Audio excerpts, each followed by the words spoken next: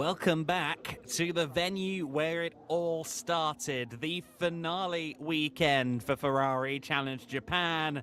And we do it at Suzuka, of course. At the beginning of the year, we joined the Japanese Grand Prix support bill here in Ferrari Challenge Japan to kick off the season. And now the Ferrari Racing Days event here at Suzuka is the place where the championships will be decided. We have two races to bring you today. First up, the Trofeo Pirelli AM and Copper Shell division race. And those cars are on the grid and ready to go, as we can see, for their 30-minute plus 1 lap jaunt around this circuit. We'll then have a little bit of an intermission before bringing you the Copper Shell AM race, which will follow a little bit later on. A look back then at some of what went down in the qualifying session. Qualifying where a point is available in the championship, so especially at this late stage of the year, it can be important to have a good performance for sure. And Yihang Tan did set a very competitive time within the Copper Shell division. He was the class pole sitter. The 11 car also very strong. Zed Falcon, the Trofeo Pirelli AM driver. He was the fastest of the Trofeo Pirelli AM runners earlier on in the day. He will line up 4th on the overall grid. Of course, this is the circuit where he debuted back in March and immediately got bumped up 2 divisions. Such was his performance. However, for Trofeo Pirelli class honours and the overall pole, Yamatatsu was the driver to beat the benchmark set by Yamatatsu in the 77 Cornes Osaka car. A 2-minute .304 was the time. Akihiro Suzuki was not far off at all, a 2-minute .422, just over a tenth between them around this lengthy 5.8 kilometre circuit. And Kentaro was also just over 2 tenths off. He starts 3rd on the grid. So the top 3 all Trofeo Pirelli runners, and all 3 of them very close together around the longest circuit on the calendar. So I think we're in for a bit of a treat here this weekend. It looks like we've got a very strong sharp end of the order in Ferrari Challenge Japan. This circuit has traditionally been a great venue where it comes to the quality of racing in this series. We once again wrap up the season here at this famed facility. Of course, the famous geographical hallmarks of this circuit, the snaking S-bends at the start of the lap, the S's, the Degners, the hairpin spoon curve 130R, and that final chicane, the triangle. All of the critical points here. Lots of overtaking opportunities, but also lots of opportunities to get it very wrong. And, well, we did see that at the start of the year. There were a couple of significant delays. Of course, we had a very large grid at the start of the season with all 4 divisions on track at the same time. But we are, again, splitting Copper Shell AM off from the rest of the classes here this weekend. And perhaps that will give a little bit more breathing room to these drivers. A couple of drivers on this grid are guests. As you can see, it's very warm, 34 degrees Celsius, and track temps almost double that, 63 degrees Celsius track temps. So certainly going to be a physical experience, I think, for these drivers. A couple of people to talk about. Ernst Kirkmeyer is on the grid this weekend, who you might be familiar with from Ferrari Challenge Europe. Has been racing in Ferrari Challenge on and off since 2018, a former champion in the European Copper Shell considerations. He has 26 class wins to his name across all Ferrari Challenge categories. He'll be starting on the 5th row of the grid in the 69 car. He will be one to watch. Now, championship, of course, in this last weekend of the season is the big talking point. Yamatatsu is the Trofeo Pirelli points leader. As of this morning's qualifying, he is on 91.5 points. Akihiro Suzuki is on 82.5 points. Motohiko Isosaki on 79 and Yasutaka Shirasaki on 78. Those are the four that can really have an impact here on the point standings. But Yamatatsu with the pole position, scoring himself an extra point and a little bit of extra championship lead on his 91.5 points at the moment. In the Trofeo Pirelli AM division, we've actually already had a champion this morning, because Zed Falcon claimed pole position, and that was worth a championship point, and that was a championship point that Cold Max needed in order to stay in championship contention. Unfortunately, he didn't get that pole, and now Kenbo is confirmed as the Pirelli AM champion, at least provisionally, of course, not official until the final results come in. An overhead view of the circuit. Those famous S's at the start of the lap, as you can see, climbing uphill. Then those Degners, the fast right-hand apex, where you're slowing down then for the second immediately thereafter, and a gravel that seems to be somewhat magnetized on the exit of the first Degner into the second. You'll definitely see a couple of cars bouncing across the gravel over the course of this race weekend. That's just kind of how it works here. Interestingly, Zed Falcon's car has gained a new bumper since this morning. He's now got a white bumper on the car, so perhaps away from the prying eyes of the cameras, he had a little bit of a moment at some point, but the car is ready to go. But we were talking about Pirelli AM, the division that he's on pole for, and indeed Kenbo has secured the championship now, with Cold Max not claiming pole position earlier on. The gap between them is exactly 34 points. There are 33 more points available in this final weekend of the year. So Kenbo is Trofeo Pirelli AM champion, and a hearty congratulations to him. Cold Max, though, only 10 points clear of Zed Falcon, so Zed Falcon does have an opportunity to turn things around and become the runner-up in the points before the end of the weekend. In Copa Shell, it's certainly not decided yet. Yi Hung Tan has 92.5 points on the board at the moment. That puts him 14.5 clear of Naorayu in the Copa Shell standings. Naorayu on 78, Katsuya Hirata on 74, could well be a contender as well. Liang Chenyu on 69, Alex Fox on 68, so fairly close running there in the Copa Shell class. Now, we mentioned Naorayu, and someone who's driven for Team Naorayu in the past is on the grid this weekend. Toshihito Funai is in the series for the first time this weekend, and he has a plentiful record as it pertains to racing in Ferrari machines.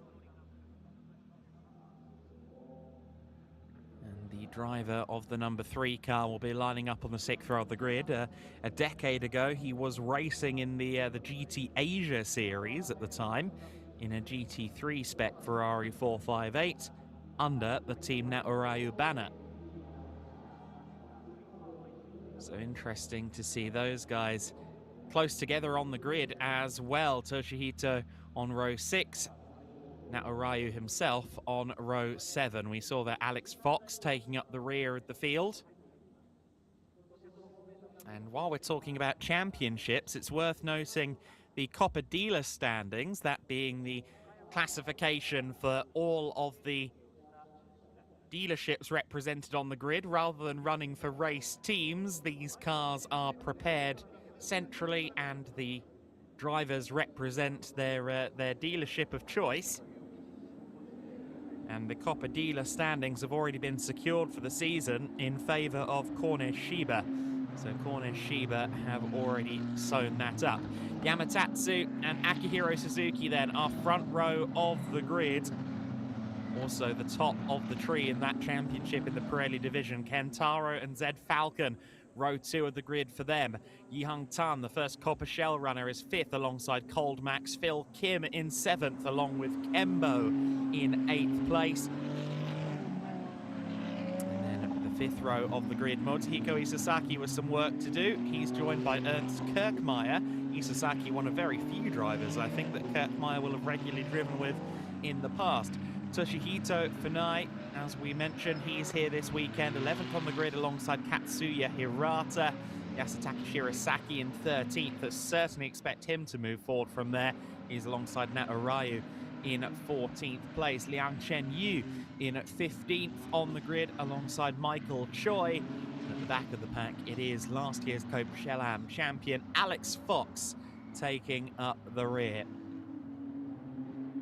So a little over 3.5 seconds was the extent of the field spread throughout the 17 cars. So it should be a pretty close run race this, especially at the sharp end of the field where the top 3 cars were separated by just 0.2 of a second around this 2-minute, 5.8 kilometer lap.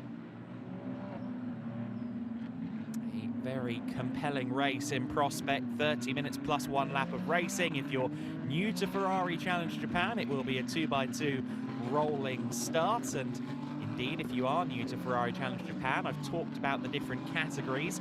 Trofeo Pirelli is for our fastest and most experienced competitors. Those cars are wearing a red windscreen banner. The Trofeo Pirelli AM category for drivers on their way up rapidly to the top of the series, that is a white banner on those cars. And then Coppa Shell, which is kind of the next step up for drivers maybe in their 2nd or 3rd season, or maybe who just don't quite have that ultimate pace. They have yellow windscreen banners, and you'll see later on the Coppa Shell AM division in their own separate race, they have black windscreen banners. Yi-Hung Tan starting 5th on the grid overall, Coppa Shell pole sitter.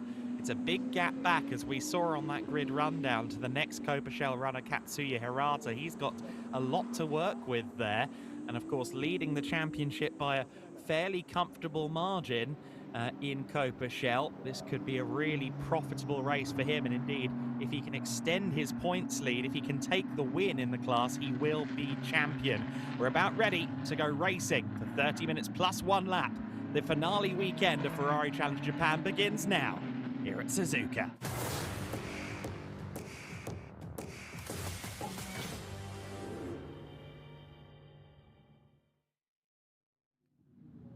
The cars snake their way around the triangle, the rather tight and sinuous final chicane of the lap, where I guarantee we'll see a little bit of fireworks somewhere. They like to make their moves after that 130-yard bend, which of course is anything but flat out. In Formula One, people say, oh, it's not really a corner anymore. Trust me, at the wheel of a Ferrari 296 Challenge car, it very much is. 17 Ferrari Challenge 296s roll down to the start gantry. The red lights at the top. Once they extinguish, we will be racing. Yamatatsu on the inside, Akihiro Suzuki on the outside. We are underway. And it looks like a good start there from Yamatatsu. He's nailed the timing on that. He will lead into the first corner. Suzuki follows through in 2nd place. Then it looked like Kentaro held on to P3. Yes, he did. And I think he's been followed through there by, is that Cold Max in 4th position? Yes, it is. Cold Max has got himself a very good start, and he's moved into the Trofeo Pirelli AM lead at the expense of Zed Falcon, who I don't think quite met the mark where it came to reaction times off the line. Phil Kim has also moved up nicely. He's 6th.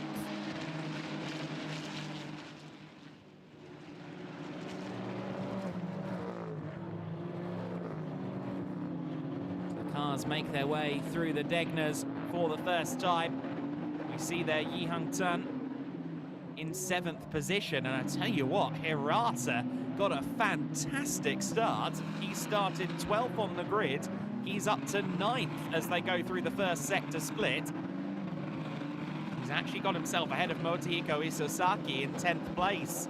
The Trofeo Pirelli driver a little bit further down the field than he would like. Both he and Yasutaka Shirasaki having a uncharacteristic lack of pace in qualifying this morning.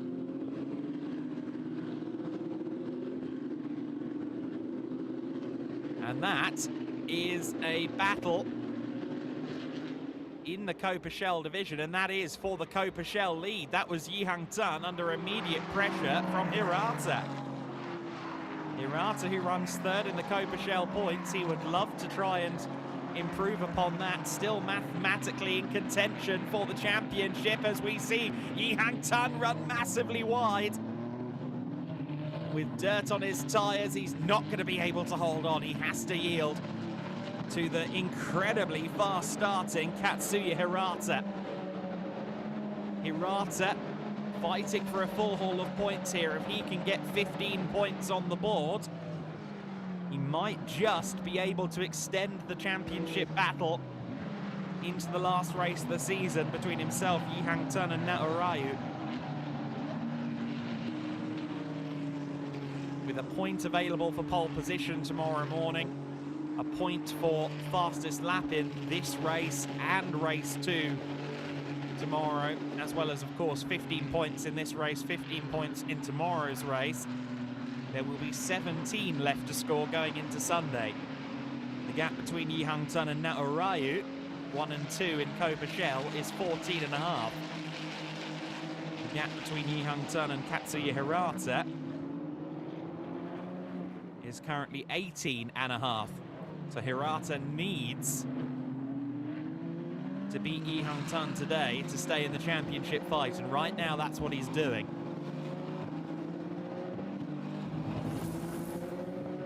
Get a replay now of the race start. Everyone fanning out as is customary. It looked like Shirasaki got a fairly good launch, but he didn't really gain that much position ultimately further back in the field in the black and white car. We went 2 and 3 wide through the first corners. Great view there from the top of the main grandstand. It was a very spirited start from Naorayu. He was picking up places around the outside line. He runs now 11th place. He's hunting down Isosaki at the moment. If he can get around Isosaki, his next targets will be the top 2 in that Copa Shell class in which he races. That being Hirata and Yi Hang-tan. The front of the field then, Yamatatsu in control at the moment. He's just set the fastest lap of the race, a 2:03.017, so that's worth an additional championship point. Yamatatsu, I remind you, Trofeo Pirelli points leader. The man behind him on the road, Akihiro Suzuki, is also his closest competition in the championship consideration, with a gap of 9 points between them. If they finish 1-2, it's not going to be enough for Yamatatsu to win the championship today. The gap would extend out by just 3 points. 15 to Yamatatsu, 12 to Suzuki. But with the fastest lap, that would be another point to Yamatatsu. So while he can't fully wrap up the title today, Yamatatsu can certainly take a huge step forward if he's able to hold off Suzuki across the race distance. That said, Akihiro Suzuki, possibly the most experienced driver on the grid. I think some of those dark arts that you only learn with many, many years of racing experience always make him a threat across a race distance. He knows how to get the best out of a tyre across a race distance. He knows how to stay clear of the big moments and avoid dramas. He's had a really solid season this year, of course. Had DNFs at Okayama and Motegi, unfortunately. But when he has seen the checkered flag, he's been on imperious form. He's taken 5 victories this season without those couple of dramas. I think he would be the runaway championship leader, and they weren't all his fault either. Thinking back to Motegi, for example, where the car just wouldn't refire after the red flag. Looks like some tyre rub or something there on Phil Kim's, or a little trail of smoke on the front right corner. I wonder if he maybe had a little exchange of paint with somebody. We watch here as Ernst Kirkmeyer leads Katsuya Hirata. This is 7th overall. Kirkmeyer, the white banner on his car, he's running in Trofeo Pirelli Am. Whereas Hirata, of course, is a Copa Shell driver. And I get the impression that Hirata wants by the Austrian. Kirkmeyer, who has had many a mile, not just in challenge spec Ferraris, but also GT3s as well. Currently sits 6th in the Copper Shell standings in this year's Ferrari Challenge Europe. Has been placed into Pirelli Am for this appearance here in Ferrari Challenge Japan. Always interesting to see drivers come over and test themselves in this series. Kirkmeyer running wide there at the first apex of Spoon. That's certainly an inviting sight for Hirata.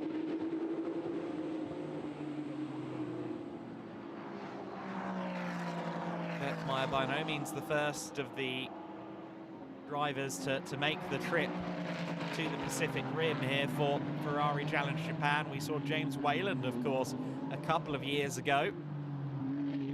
The American driver came over and had a run in Ferrari Challenge Japan here at Suzuka. Of course, we have Alex Fox, the Frenchman, as a full-time entrant. And indeed, speaking to a couple of drivers in the Challenge UK paddock,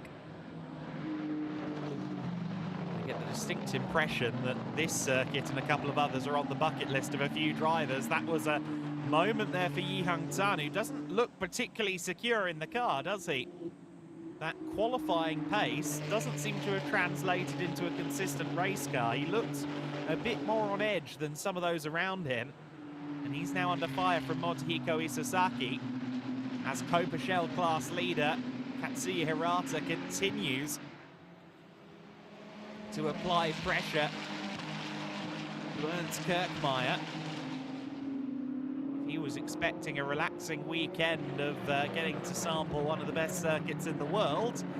Well, unfortunately, he's not met Katsuya Hirata before. Katsuya will give it his all.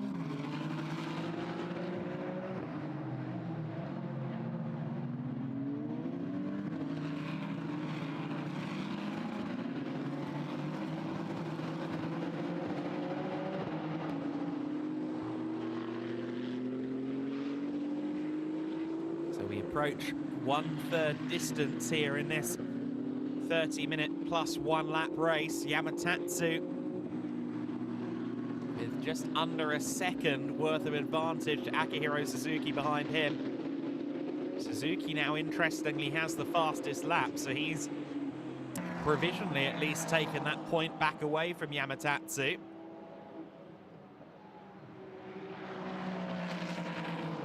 Kirkmeyer still under pressure from Hirata. Here's your top 3. Kentaro there in 3rd place.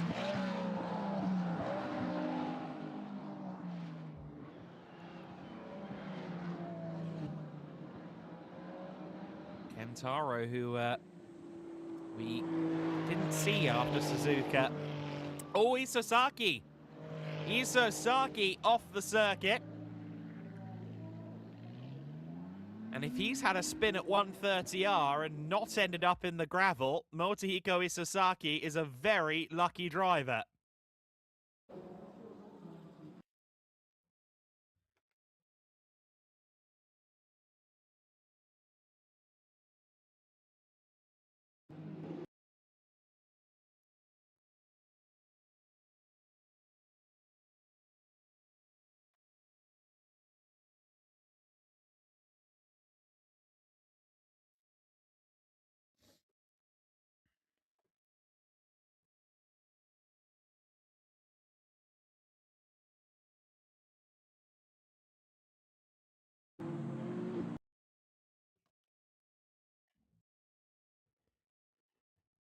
So Isosaki surviving a moment there. You don't often get away with anything like that at 130R. It is not a corner that suffers fools gladly. It's not a corner that lets you get away with much.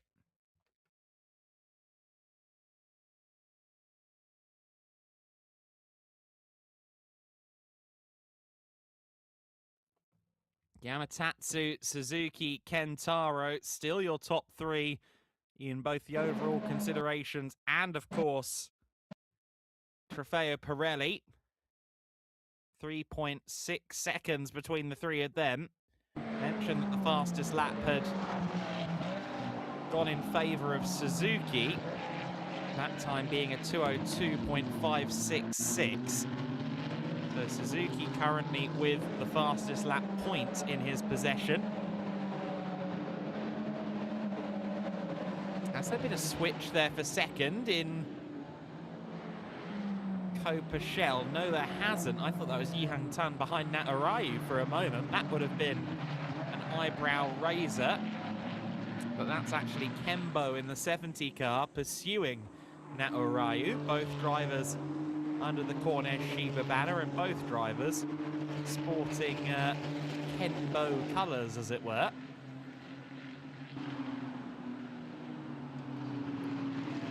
Natarayu about 2.3 seconds back from Yihang Tun, who's behind Kirkmeyer. Kirkmeyer, incidentally, has lost out now to Katsuya Hirata. So Hirata has dispatched the Austrian guest driver and now has Kirkmeyer between himself and Yihang Tun, which really solidifies his hold on the Ko-Pashel situation at the moment.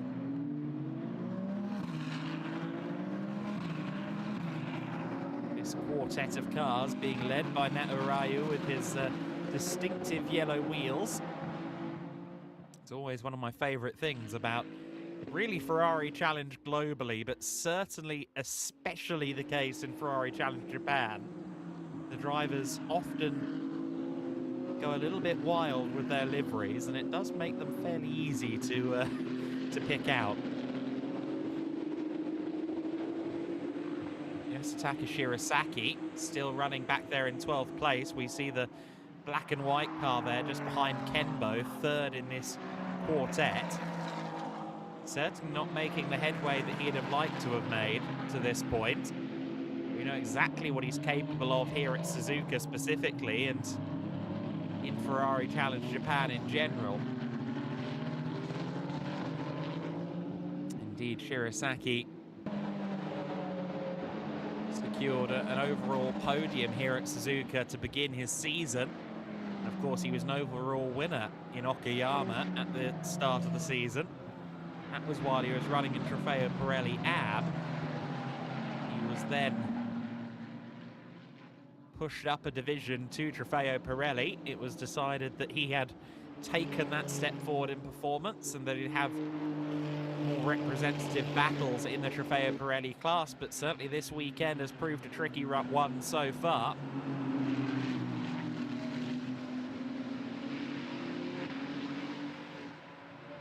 Yamatatsu, Suzuki, Kentaro, top three overall, top three in Pirelli in Trofeo Pirelli, and then behind them is the top three in Trofeo Pirelli AM.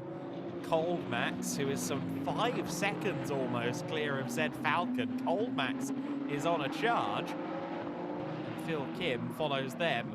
We've had a bit of a compression there. Natarayu went wide at the second Degner, and that's rather tightened up this battle for 10th overall, with Kenbo and Shirasaki both directly behind him, as is Funai in the number 3 car that joins for this weekend.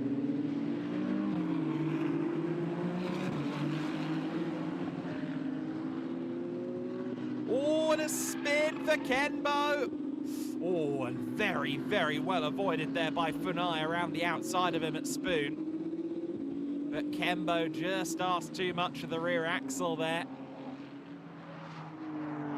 It broke away from him, turning into Spoon. That It's given a little bit of breathing room to Natarayu, and it's given Shirasaki 11th place.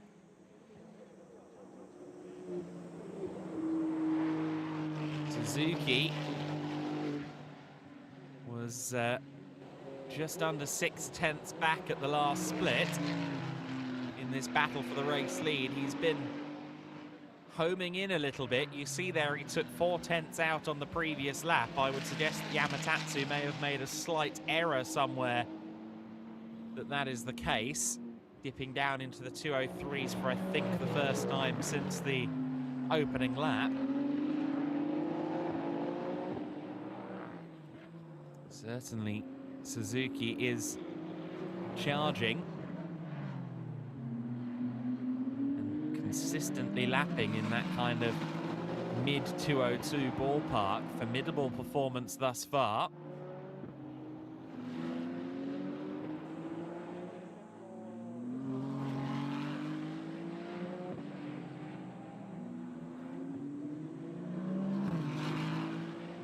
Certainly, I think Yamatatsu at almost 2/3 distance is going to have to work for this one all the way to the checkered flag. The gap's still coming down fractionally. Shirasaki has brought the gap down on Natarayu quite significantly now. And Shirasaki looking to move up to P10 overall. Running 4th in Trofeo Pirelli at the moment, after that moment for Motohiko Isozaki earlier on. I don't think we ever got a second look at. I'd be very curious to see exactly how Isozaki ended up there at 1:30R. Shirasaki, though, this looks fairly rudimentary. Has he got the power to get far enough alongside for 1:30R? Natarayu has a nose ahead. Will Shirasaki back out? No, Natarayu blinks first there, quite frankly. Saw him lift out of the throttle early, and that could give an opportunity now to Funai behind. Funai, who has driven under the Natarayu banner before, and I believe he's doing so this weekend as well. Entered as a Cornish Shiba dealer entry, but I think it's in Natarayu colours, as it were.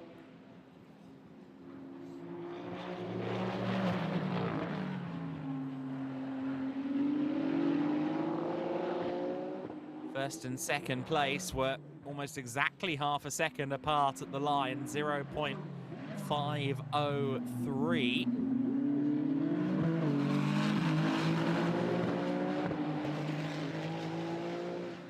Get a look here at Funai. Now I think he's had a moment, yes, because he has fallen behind Kenbo. And we're now going to get a replay of how. And it's really quite a similar moment to what Kenbo had. Just missing the apex slightly, taking too much entry speed into the corner, asking the rear axle for compliance and grip that wasn't forthcoming. Yasuhito Funai, very experienced driver. I don't think he races particularly regularly these days. He did a one-off appearance in last year's Super Taikyu series. Great to see him here in Ferrari Challenge Japan. Meanwhile, Akihiro Suzuki has once again effectively halved the gap between himself and Yamatatsu. 0.3 of a second at the line between the two of them. Suzuki there grappling the car under braking. You could see the rear of that 296 Challenge dancing into the first corner, and Suzuki holding it well. I think before this race ends, Suzuki is going to try and make a move. Again, Suzuki, given his experience, given his overall demeanour as a competitor, I'm not expecting him to do anything brash or rash here. However, there is a championship on the line. And certainly, if he can outscore Yamatatsu today, that gives him a much better chance of securing the championship tomorrow. A 3-point swing, while potentially insignificant just on word alone. A 3-point swing where you've got only 9 points between the two of them. That would be huge, especially since Suzuki also has the fastest lap point. If he can get around Yamatatsu, a 9-point championship lead would become a 5-point championship lead. This is potentially, given the gravity of the situation, the battle of the season in the Trofeo Pirelli division. It might not be the closest or most thrilling fight of the year. We've had a lot of battling, but it is by far the most significant, and there's a lot of time for the fireworks to get set off yet. Suzuki right on the back of Yamatatsu. I say it's not the most spectacular battle we've seen so far this year, when the battle hasn't really started yet. There's 7 minutes plus 1 lap where this can and will kick off. Yamatatsu wide there at the second apex of the lap. Suzuki definitely senses opportunity, has a little look there to the inside, but scrubs off speed there, missing the apex. These S-bends offering at the last apex a good run then towards the Degners. Both parties get a solid run over the brow of the hill and then towards the Degners.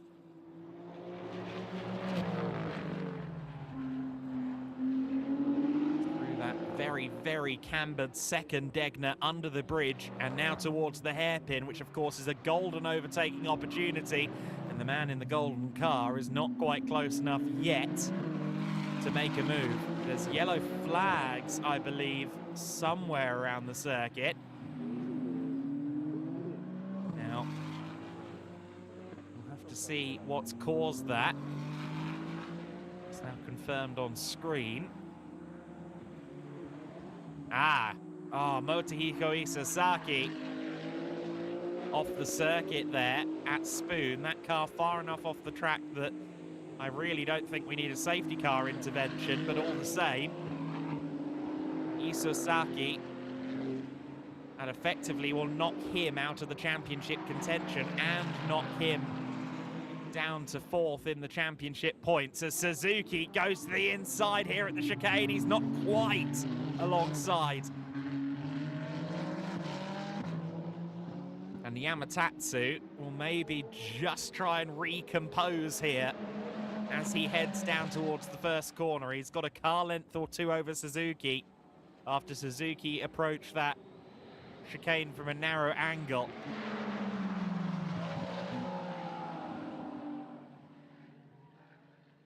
Look how close they run. Great shots from overhead here as they make their way through the famed S's here at Suzuka. What a fabulous facility this is. Frankly, we could run the entire season here at Suzuka and drivers would be happy. But no dramas at all with running it twice in a year. It's a circuit that demands repeat visits. It's a circuit that captivates you. One of those places where once you get the hang of it, you want to get the perfect lap. And the perfect lap is very hard to find here at Suzuka.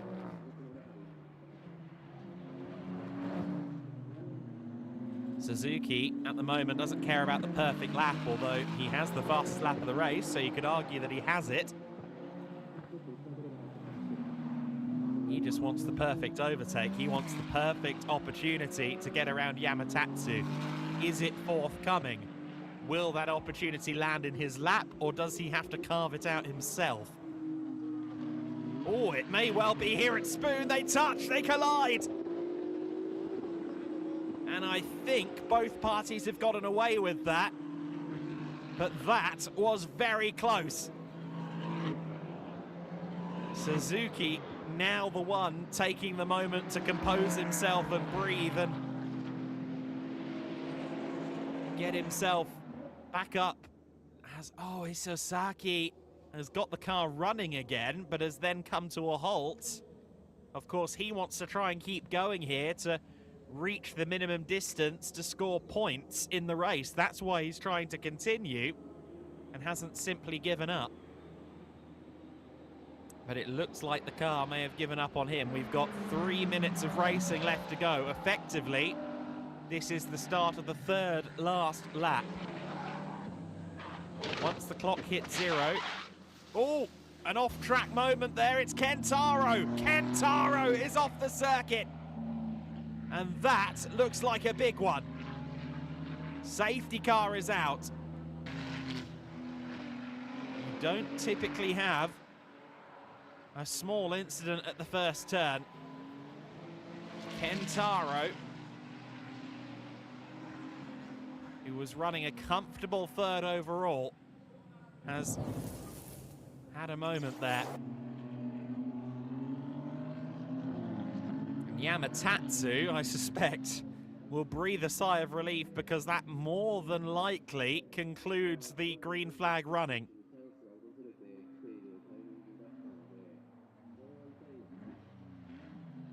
Suzuki will be incredibly frustrated.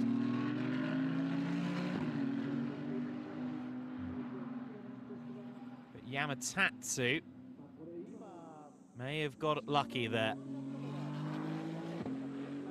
This is a long circuit at 5.8 kilometers.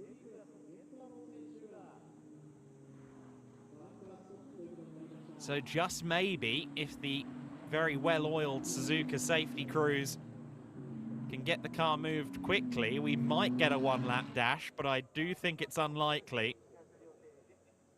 Good to see Kentaro out of the car,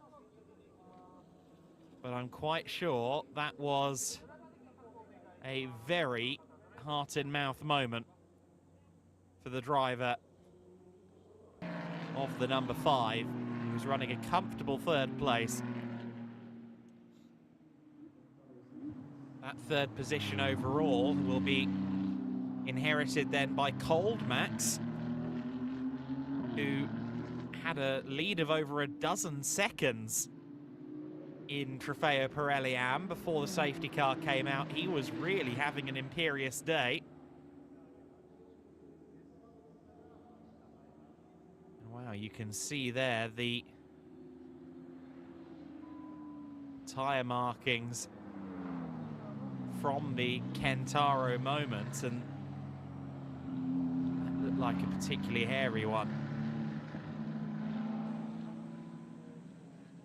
Again, the immense strength and safety capabilities of this 296 Challenge car on display as Kentaro walked away unscathed. But knocking on the door of 280, maybe 290 kilometers an hour at the point where he lost control, that will have been quite a hefty impact. And hopefully that car can run again on Sunday. The Ferrari 849 Testarossa safety car has taken control of the field, and Yamatatsu follows it around.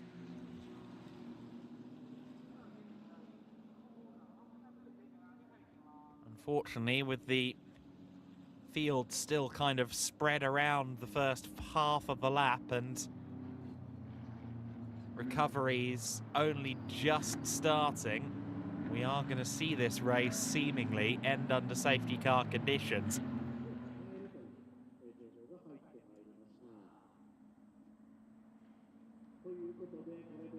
For Yamatatsu, that's a massive positive. For Akihiro Suzuki, it's incredibly frustrating, and for the rest of us neutrals watching along, it's a little bit of a what might have been scenario that we're not going to get to see if Suzuki could have made that move. With things finishing as they are then, assuming that the order on screen and on track is how they will finish, Yamatatsu will move up to 106.5 points.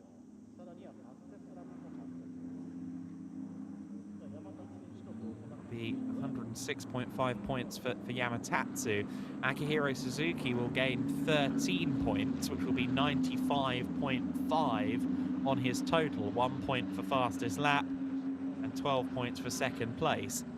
So it'd still be a title fight going into the finale in Trofeo Pirelli.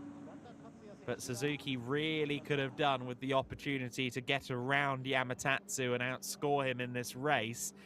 Frankly, it now relies on Yamatatsu struggling in tomorrow's race, because even if he ran around and finished 4th or 5th in class, which is 5th is the lowest he can finish in class tomorrow, that's still a solid points haul. So Suzuki needed that result today. He's now got an uphill battle to try and become the champion. The race will finish under safety car. That's been confirmed, as they now will go on to the final lap. In the Trofeo Pirelli AM considerations, Kenbo having a bit of a disastrous race. He's currently 6th in class after his spin earlier on. Now,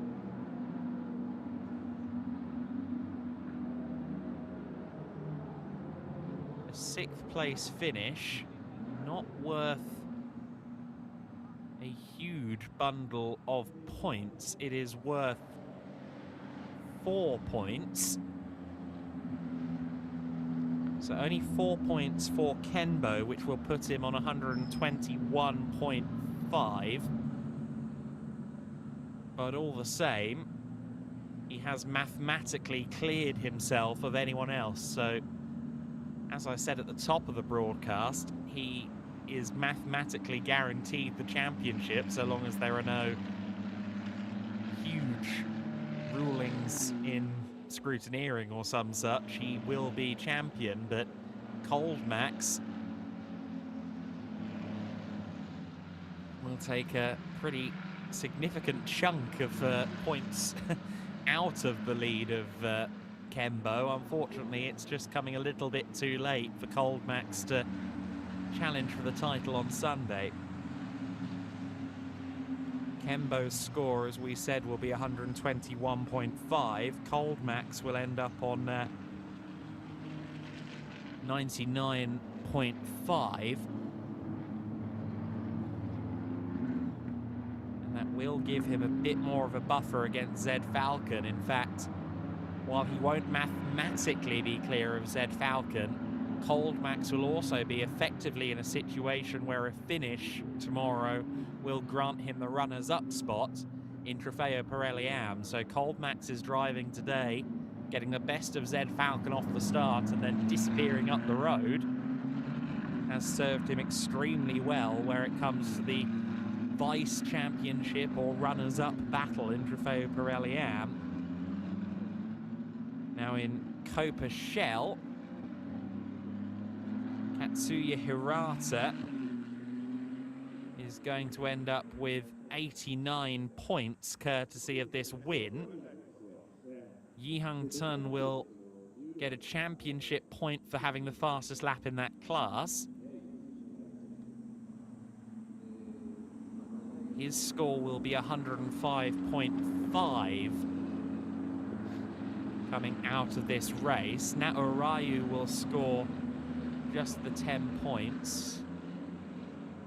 Yi Hung Tun is going to secure the Copa Shell Championship with 2nd overall in this race, plus the fastest lap point. Naorayu, his closest competition, isn't going to be close enough.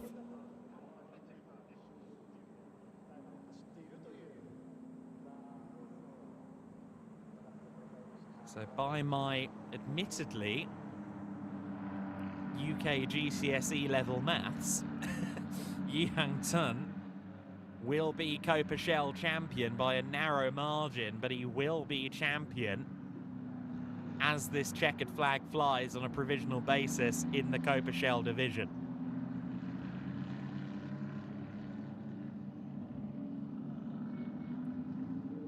For Yamatatsu in Trofeo Pirelli, it's an overall win. An overall win which he will celebrate with aplomb. Of course, he claimed a win in the massively rain-disrupted first race at Fuji last time out, and at Suzuka at the start of the year, so it's his third win of the season. And it's a step closer to the championship for him. Suzuki takes second overall. Cold Max wins the Trofeo Pirelli Am division for third overall, ahead of Zed Falcon and Phil Kim, also in the Pirelli Am class. And then Copa Shell going to Katsuya Hirata. Ernst Kirkmeyer, our guest driver from Austria, 7th place finish for him, ahead of Yihang Tun, who, again, by my admittedly somewhat shaky mental arithmetic, Yihang Tun with 8th overall and 2nd in Copa Shell should have done enough to be the champion here, with that extra championship point for fastest lap in consideration. Shirasaki 9th overall, Naurayu rounding out the overall top 10 in the Copa Shell podium. 2 non-finishers, both from the Trofeo Pirelli class, Kentaro and Motohiko Isosaki. Isosaki having his dramas, of course. And Kentaro having what looked like a fairly significant moment down to the first turn.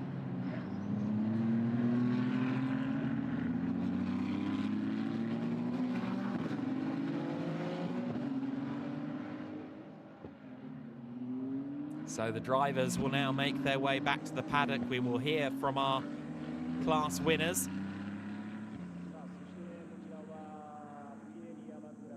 I believe it will be Kei Cozzolino, once again responsible for interview duties, the incredibly multilingual Ferrari driver. I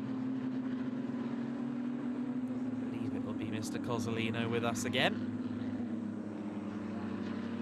translating as we see the confirmation of the class winners. Katsuya Hirata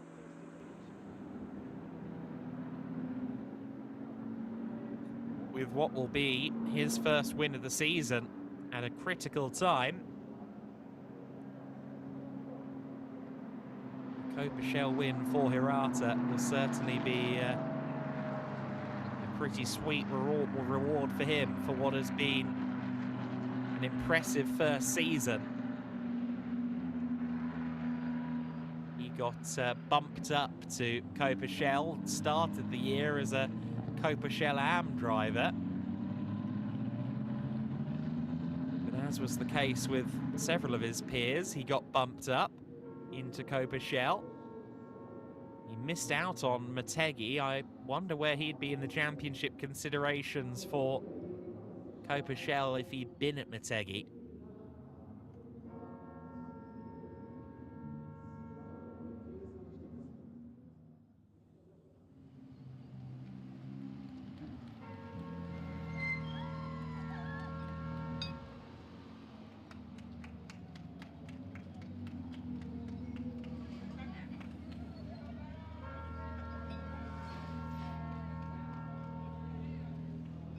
Yamatatsu climbs from his purple machine. And I tell you what, I think through the jubilation of victory will be a sigh of relief as well, because again, Suzuki was looking ever more menacing in the mirrors at the time that that safety car came out. We saw how close it was getting. Of course, Suzuki and Yamatatsu trading paint at one point.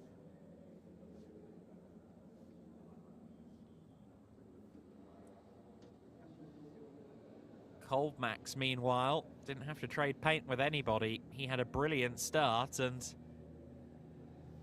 drove his way clear in the Pirelli Am division. I'm sure he'll be fairly relieved that the race didn't resume, because If it had, he would have had to defend where he had a dozen-second lead previous. That would have been a bit of a sting in the tail for Cold Max.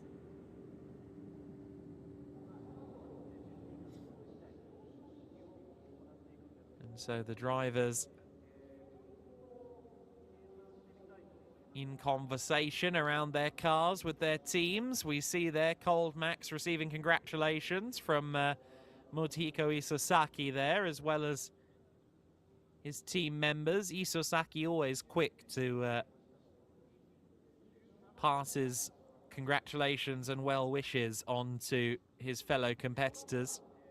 One of the nicest drivers in this paddock. A real racing gent, if you will, Isosaki, and even when things haven't gone his way, which certainly seemed to be the case today, a happy figure and someone who just wants to pass on his respect to those around him. Hi everyone, welcome here, the race winner of the Ferrari Challenge Japan Series Round 5 of Suzuka Hirata for Shell category. Congratulations, おめでとうございます。ありがとうございます。So, you started off as a Shell Am driver in the beginning of the season, but you were way too fast for that category, so you went up to a category, and this is your first win in the Shell category. How do you feel? 開幕からはですね、シェルアムカテゴリーで、参戦をされていて、でやはり平田選手、あまりにも速すぎて、クラス、カテゴリーアップになりましたが、初優勝となりましたが、その初優勝のコメントをお願いします。やっぱ2位、3位と優勝は全然違いますね。めちゃくちゃ嬉しいです。Yeah, he says it's completely different to win a race compared to being second place or third place. So now you are second in the ranking. Leading the championship is Yi Hang Tang. You have a gap of 15 points. Tomorrow is going to be your last race of the season. Do you think you can win the championship? さあ、明日ですね、今現在ランキングなんと2位となりまして、イ・ハンタン選手との差はなんと 15.5 ポイントということで、明日最終戦です。いかがですか、チャンピオン取れそうですか？今日は深酒しないように明日に備えて寝ます。He says, I'm just going to have a rest, sleep well, and we'll see tomorrow. Congratulations, おめでとうございます。ありがとうございます。Back to you.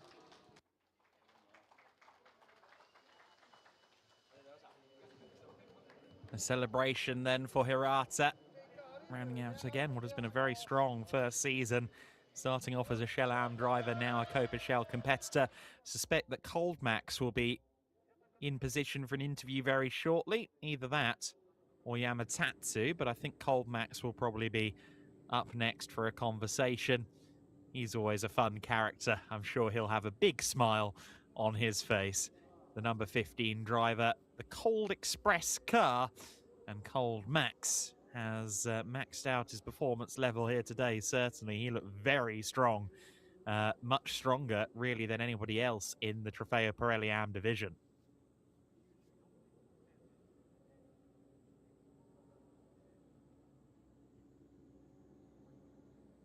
Of course, the drivers will go to the podium after our interviews with Kai Cozzolino. And that's always a fun celebration. Of course, we are not done with the day's racing. We'll be bringing you the Copa Shell Am race in just a little while after the podium celebrations and a brief pause in the broadcast.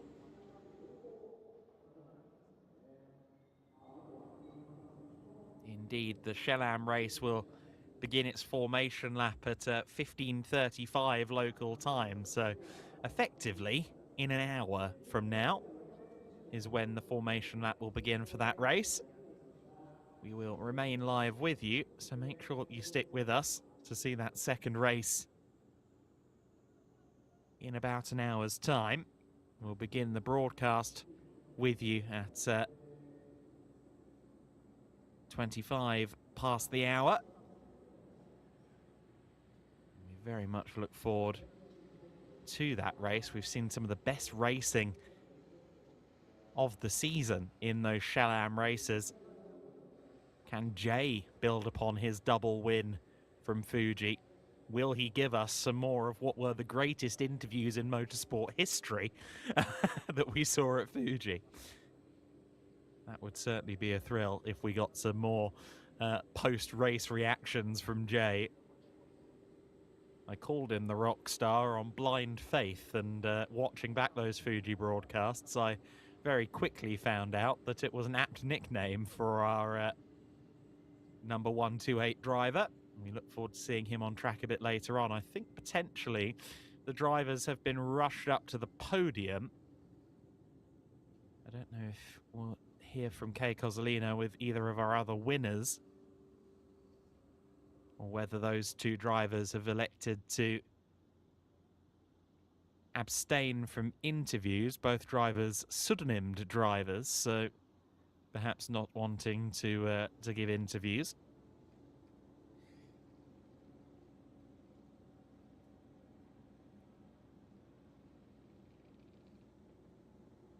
And if I did just spoil for you the fact that Cold Max is not his government name, well, I'm very sorry, but sometimes things are lies. The famous carousel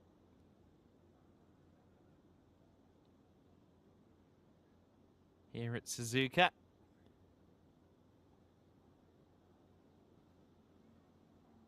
And a look out to the body of water in the far distance. It's remarkably close to urban civilization, the Suzuka circuit. A lot of tracks in Japan are a little bit of a trek, quite frankly. But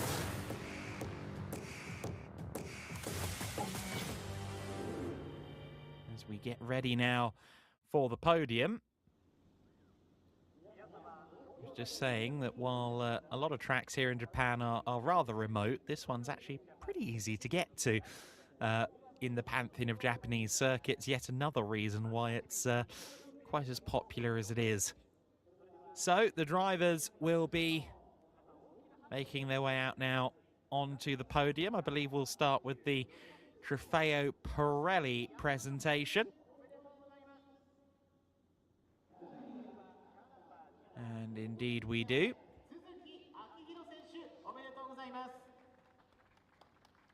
In fact, no, this is... no,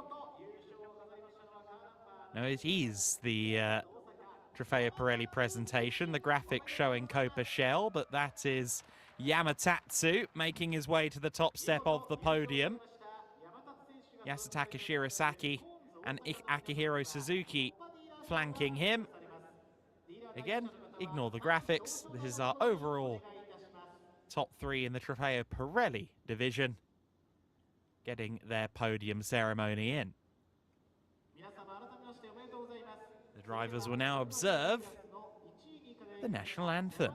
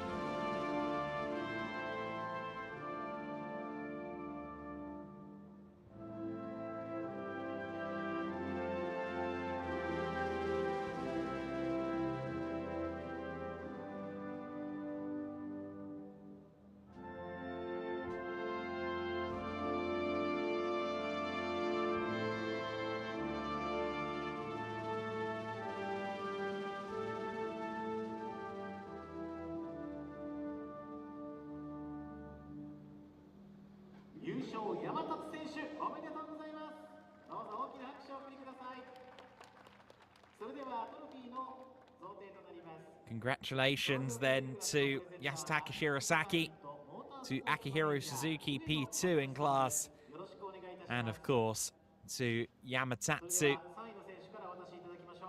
with another race win. Yasutaka Shirasaki perhaps a bit frustrated that he didn't have the qualifying performance to challenge for an overall podium in the race. He'll be looking for a better one-lap performance on Sunday morning to finish his season on a high. We know he can win races overall. He's done it this year.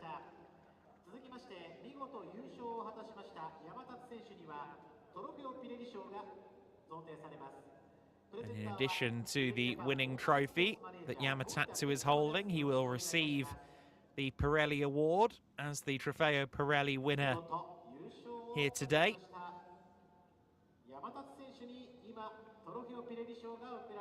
Silverware in each arm. He's going to have to put at least one down because, of course, after our photo opportunities, the champagne will be sprayed.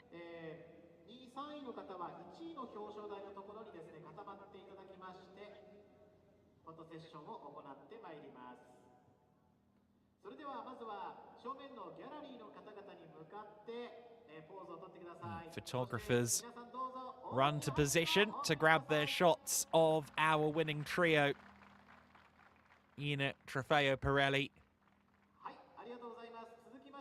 Now the dignitaries will go to a safe and dry area. The drivers will put their trophies down, and the drivers will spray the champagne in what our local announcer wonderfully calls a champagne fight.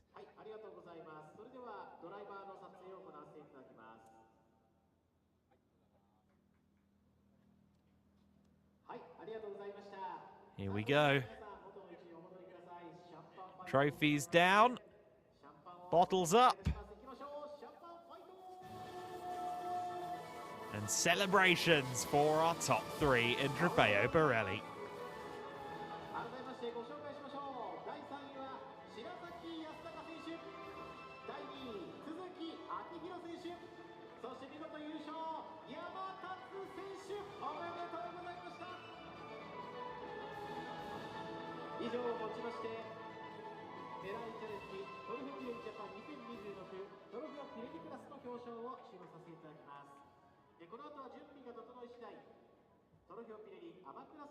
Next up then, it will be our Trofeo Pirelli AM top three.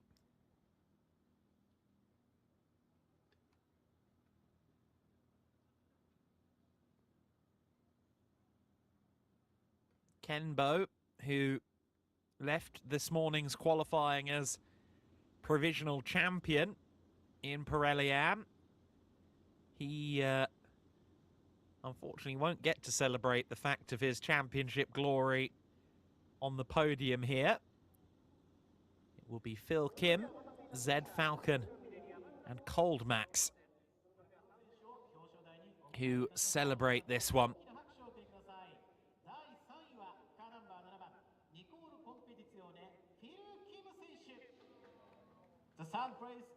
And there is Phil Kim to the third step of the podium, the Nicole Competizione representative, the South Korean racer.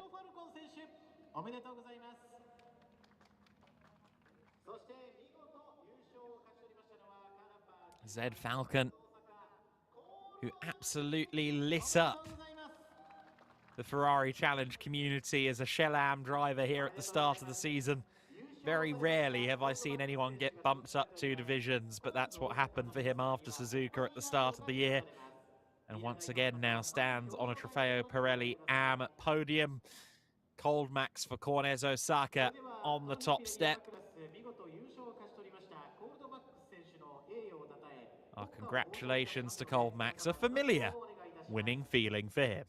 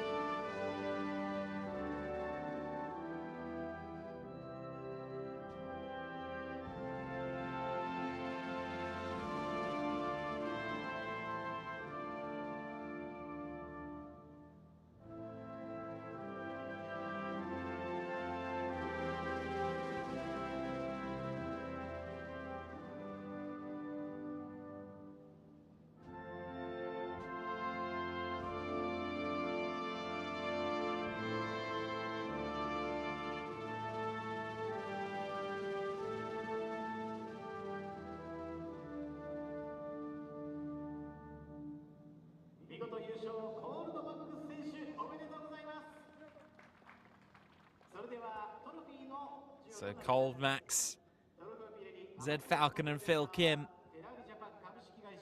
will now receive their trophies and their plaudits.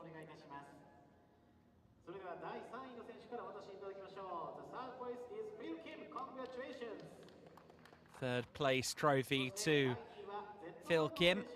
Will be looking to end his season on a positive note here tomorrow. Kim, who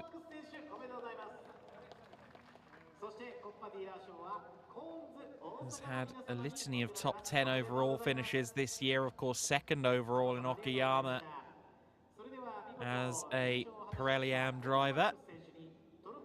Winner of last year's Copa Shell Championship. He's not going to be a champion this year in Ferrari Challenge Japan, but I'm sure that in 2027 he will once again be right up there as it pertains to the Pirelli Am battle. Cold Max holds both trophies aloft.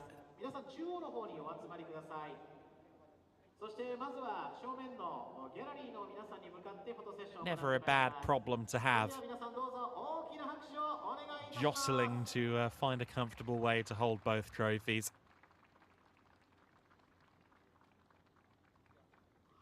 You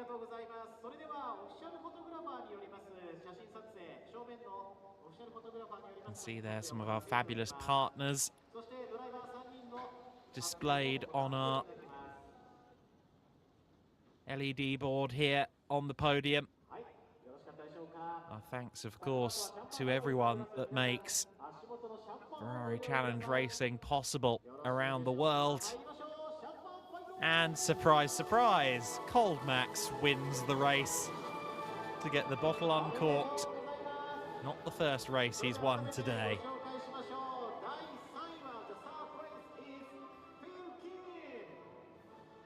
The drivers celebrate in 35-degree heat, though. I think a lot of the drivers, especially if that champagne has been on ice, I think a lot of those drivers will save the cold beverage and take a few swigs back in the garage.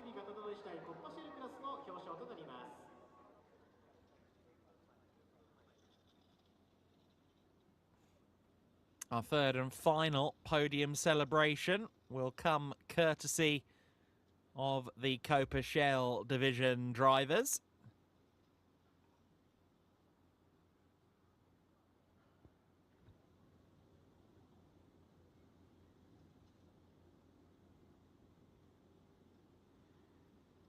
And an imperious drive from Katsuya Hirata will be celebrated, 6th overall. Of course, came up from the 6th row of the grid to take 6th overall, quite possibly did the most overtaking of anybody. Aha, Netorayu with a camera set up in hand. Yi Hung-tun takes the second step, the Malaysian racer, who again provisionally will have done enough to secure the championship here today, going into the final race of the season. So a huge measure of congratulations to him, but also to our race winner, Katsuya Hirata, for Auto Cavallino, who put in a brilliant performance in the race. And now, once again, observe the Japanese national anthem.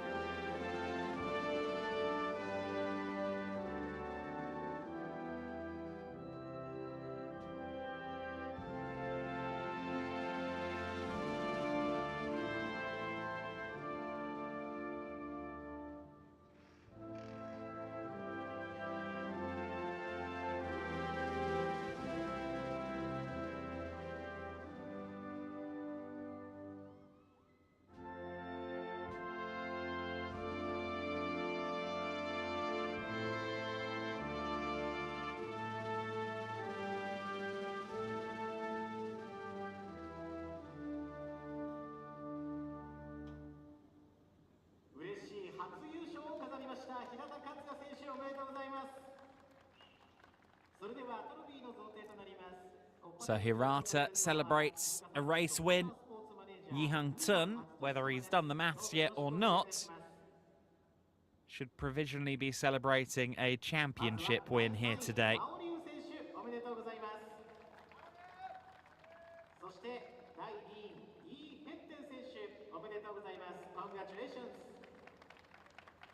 A hearty congratulations to Yi Hang-tun on what has been an incredibly impressive season. Of course, he started his year, again, like several other drivers, as a Copa Shell AM driver. Dominated the 2 races overall in Okayama in Copa Shell AM, and was then promoted up to Copa Shell for Motegi. Of course, at his first opportunity, he went and won the Copa Shell class at Motegi, which rather proved the point that the powers that be had made the right choice in moving him up a division.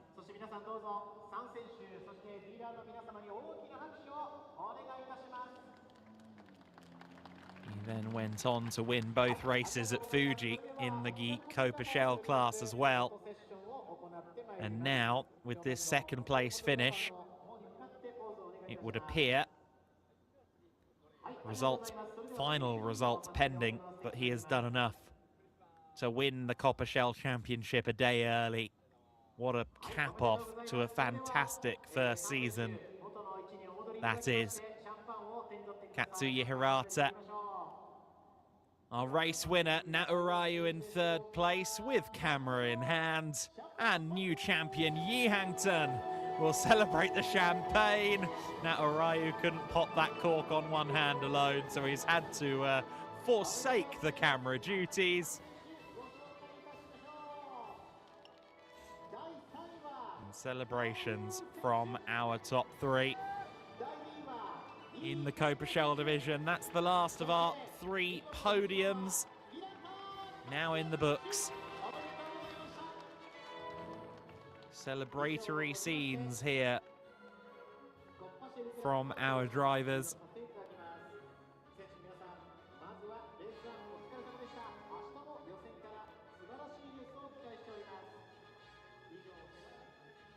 And again, a congratulations to all 9 drivers that stood there on the podium after that first race of 4 this weekend for Ferrari Challenge Japan here at Suzuka. That, of course, being the Trofeo Pirelli AM and Copa Shell race.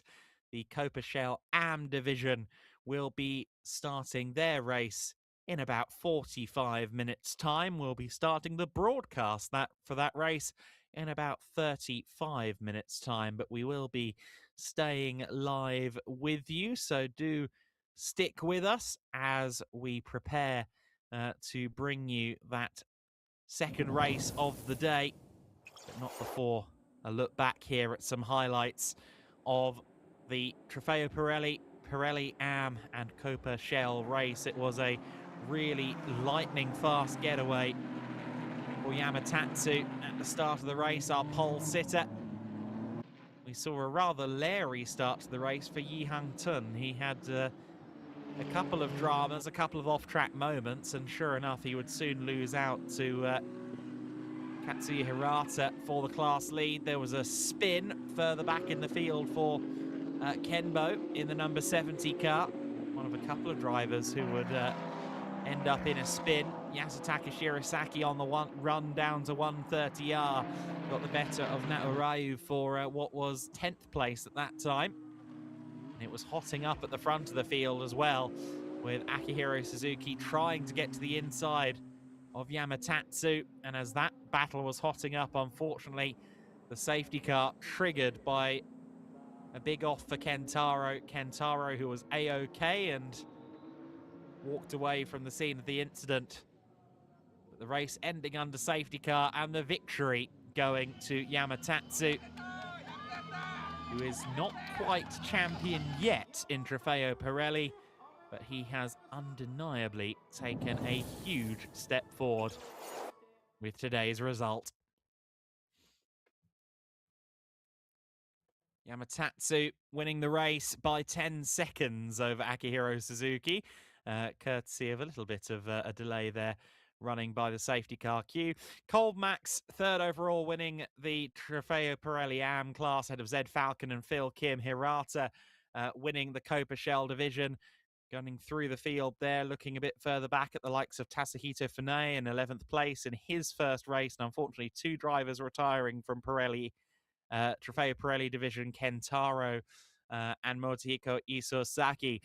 As we've said, we'll be with you in about half an hour's time with the Copa Shell AM division race here in Ferrari Challenge Japan. So stick with us. We'll remain live here with you on the Ferrari YouTube channel, and we will see some more exciting action. Another 30-minute plus one lap encounter still to come for the Copa Shell AM division here today. But for now, thanks for watching our first race of the weekend. We'll be back with you very shortly, 25 past the hour, to see all the action from Copa Shell AM.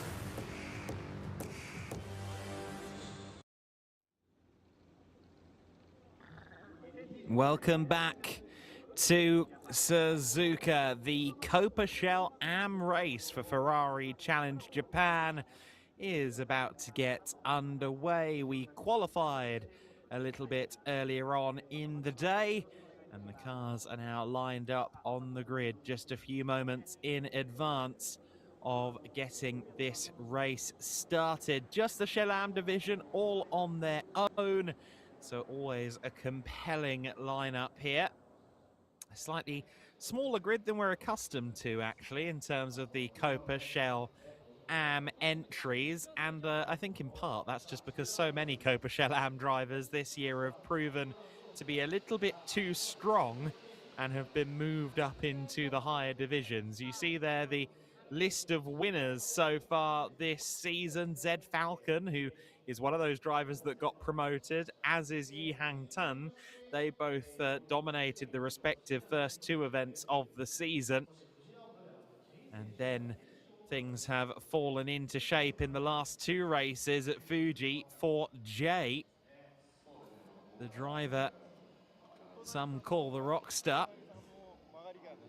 However, he is starting from only the fourth row of the grid today, so he's got some work to do. It's going to be Kento Inami that starts this race from pole position. The Yanase Fiorano Moturi car, the 137, will line up on pole position alongside that man in the 196 Tackshaw. They were split by less than 2/10 in qualifying earlier on today. A qualifying session that we get a look back at now. Limited opportunities around this lengthy 5.8 kilometer circuit to set flying laps. Tackshaw was very impressive. He got his fast lap in fairly early. A 201.854 was the benchmark that he set, which is a very, very strong lap time, it must be said. Only two drivers were in the 201s by the end of the session. And this man, Kento Inami, was the second to break into the 201 barrier, but he was the one who got furthest. A 201.666 was enough to secure pole position for the Yanase Fiorano Moturi driver. Bambu Maeda in the 159 car, he came fairly close to that benchmark, was within half a second of pole, but a 202.134 only good enough for third fastest. He will be on the second row along with Yoshifumi Komatsu. But the first point of the weekend and the first P1 of the weekend going to Kento Inami.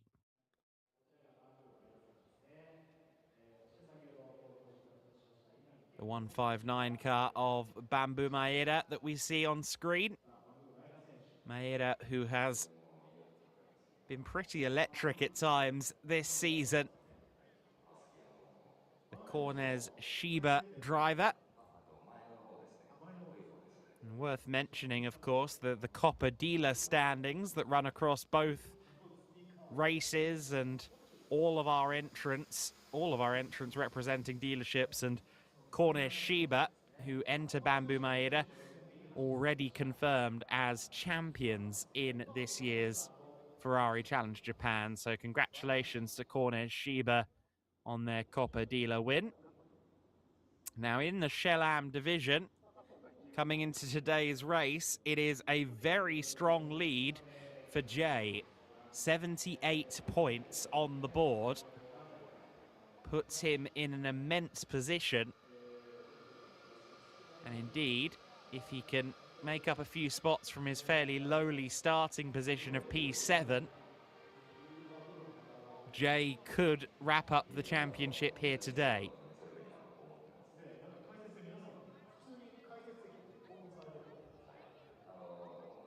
Points go down to 8th position, 15 for the win, 12, 10, 8, 6, 4, 2 and 1 is how the points are distributed. So if Jay can get himself a solid haul of points today, it will be a championship for the driver that swept both races at Fuji last month.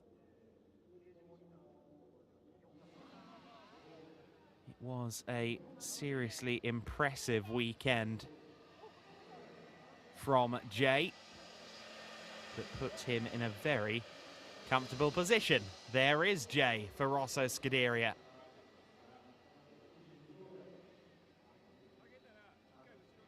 You see the stats on screen there.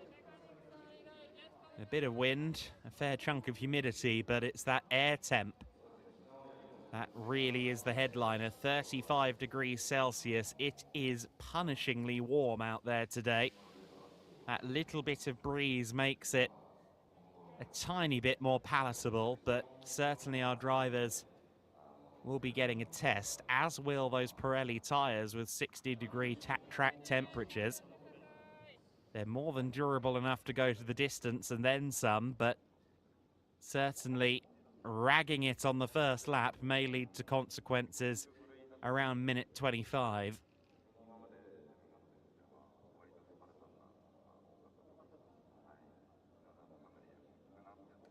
You can see there the flags flying, the wind evident.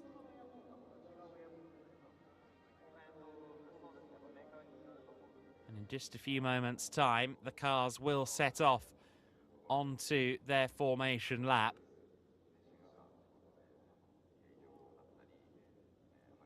So we spoke a little bit about the championship permutations. Jay leads the points with 78 at this juncture. Tackshaw is 24 points behind on 54. He runs second in the points. Now, there are only going to be 17 points available on Sunday, 15 for a win, 1 for pole, 1 for fastest lap. So if Jay can keep the gap over 17 points, he's won the championship. We get a look here at the 18 corners that make up the Suzuka International Racing course. Significant elevation changes. Bends that really capture the imagination and demand concentration. It is perhaps the ultimate circuit in Japan. Has, of course, held the Japanese Grand Prix so often over the years, has shared it in places with Fuji. And while it never hosted the Japanese Grand Prix, the Pacific Grand Prix was, of course, held at Okayama in years previous, and we were there earlier on in the season. Motegi, of course, the third stop of our calendar this year, the long time host of the Japanese Motorcycle Grand Prix going back to 2004. So all of our venues this year in Ferrari Challenge Japan of the very highest caliber. And if we were going to double up on one, it may as well be Suzuka. A venue that our drivers absolutely adore. And we'll see who comes out on top today in the Copa Shell AM division.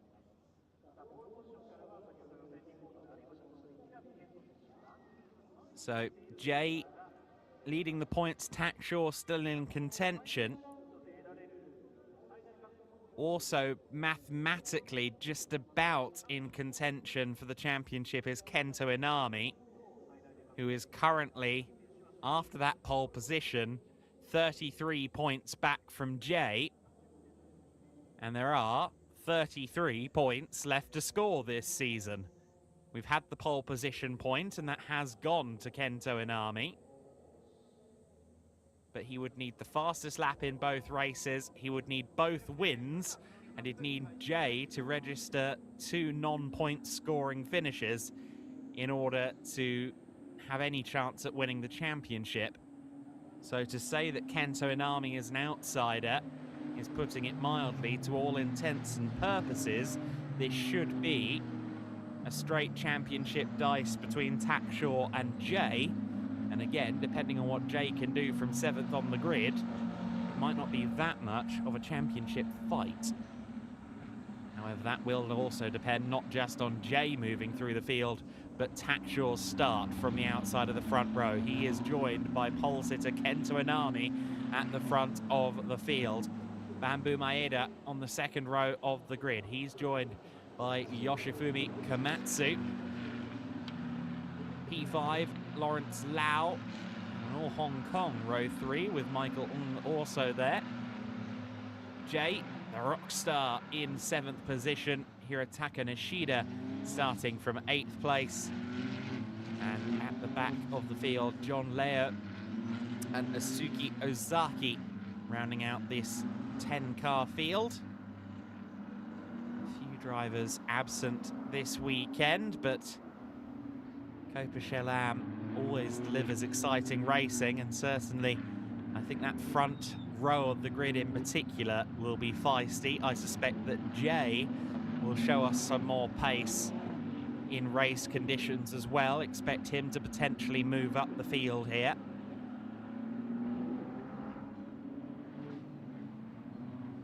Can he move up the field enough to secure a championship win today?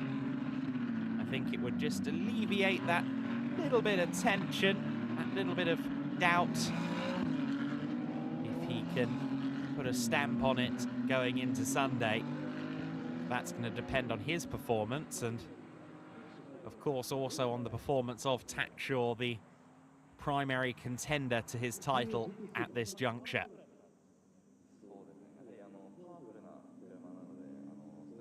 Inami will start this one from pole position. Of course, all parties here in Ferrari Challenge Japan using the fabulous Ferrari 296 Challenge car, the highest powered and biggest downforce iteration of the Ferrari Challenge car in the over 30 years of this series history. 870 kilos of downforce this car will generate at 250 kilometers an hour. 700 horsepower from the 3-litre V6, which is bereft of its hybrid system that the road car has. It's a dehybridized V6.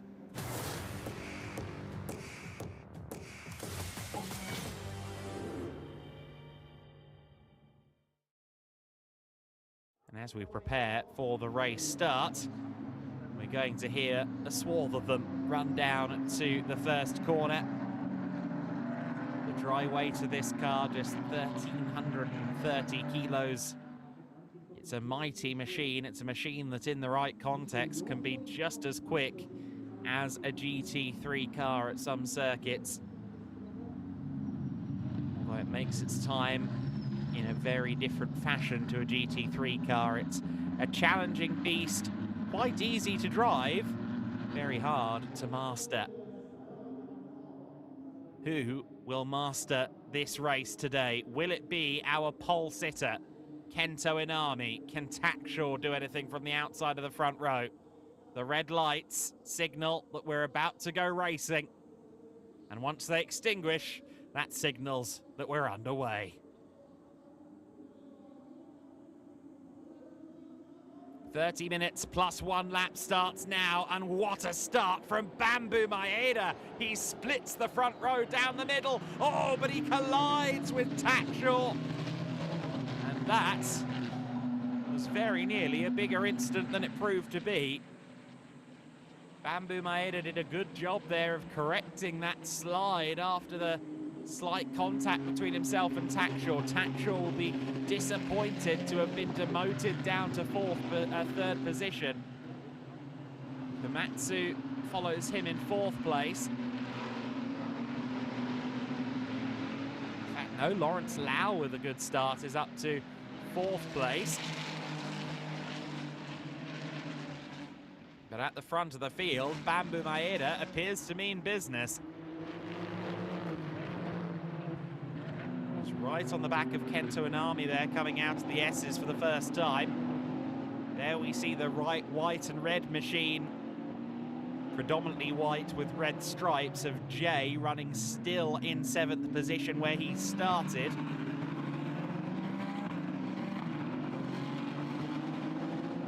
Tackshaw will score 10 points for third place if that's where he ends up finishing.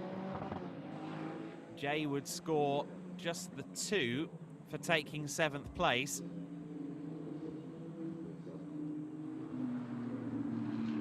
That would lead to the championship just extending into tomorrow in terms of the fight for the title.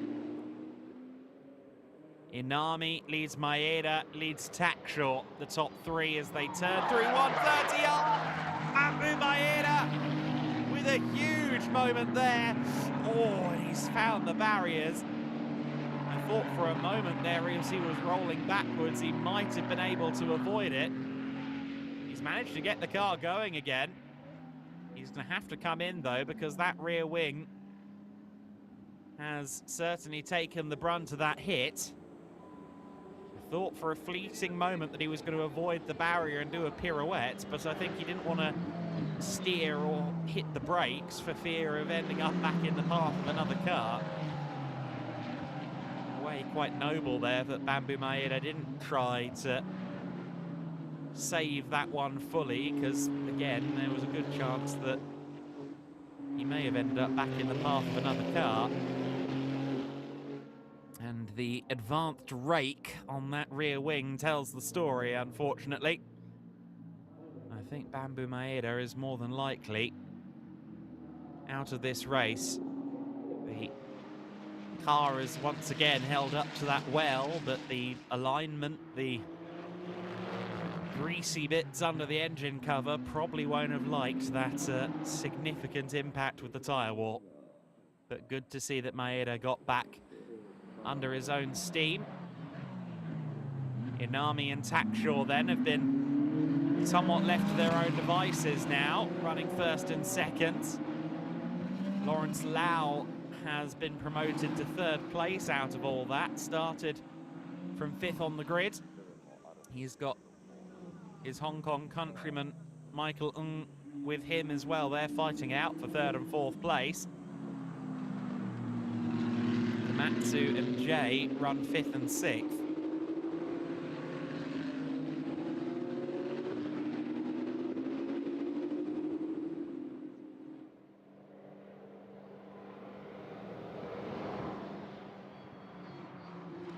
Side by side, is that a change of position? No, that's Lawrence Lau remaining in 3rd place for the time being.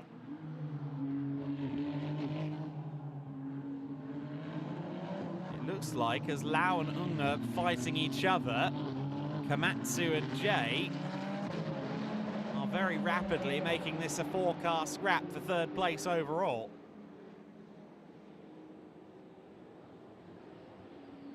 Fastest lap of the race goes to Tackshaw, 2:07.9.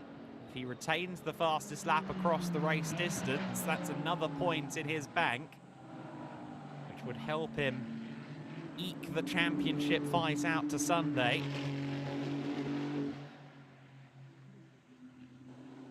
There's a long way to go yet. Inami and Tackshaw through the S's for the 3rd time. Lau, Komatsu and Jay following through pretty much in tandem a few seconds down the road.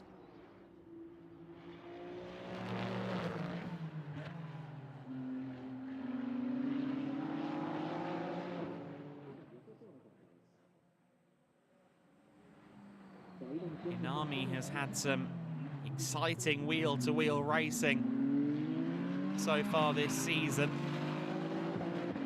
Of course, he particularly exciting, although mixed race to start the year, or to start the meeting at Motegi. That was the incident off the start. Maeda and Tackshaw having their little coming together. Maeda got an absolutely stunning launch as the race began,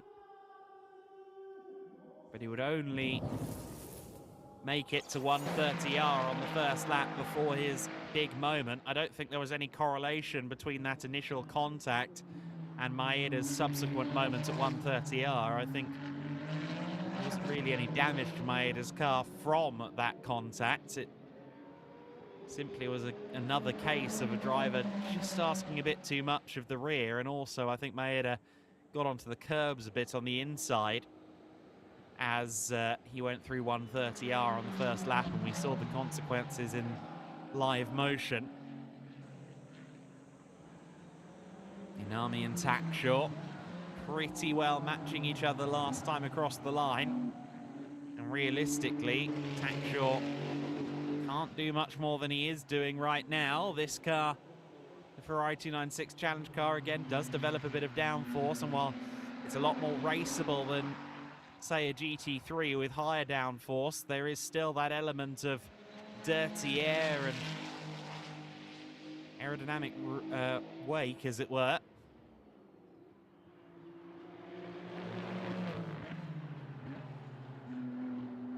For now, he is doing everything right and quite heavily scrutinizing our race leader in the 137.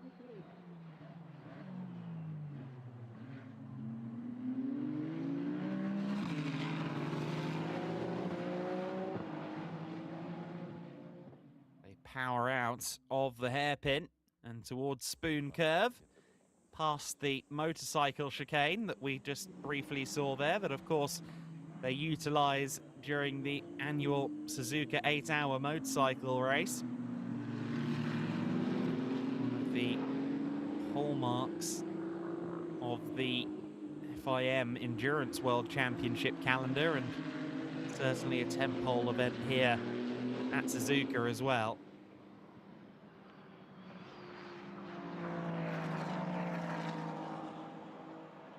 Lawrence Lowell and Michael Ung have continued their battle for third place, and in doing so they have given themselves a bit of breathing room over Komatsu and Jay again.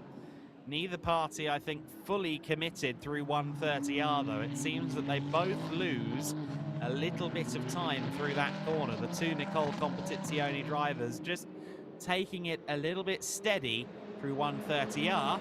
They are, however, flat out down the main straight.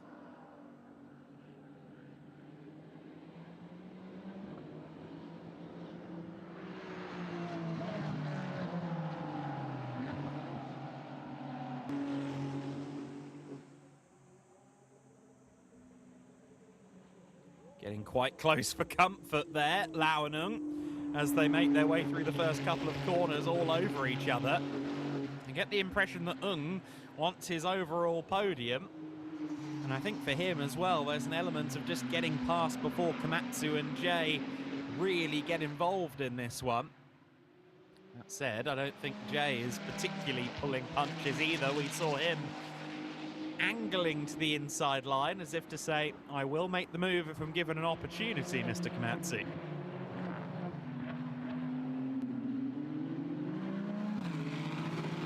Inami and Takshaw run by, and there's the squabble, third, fourth, fifth, sixth.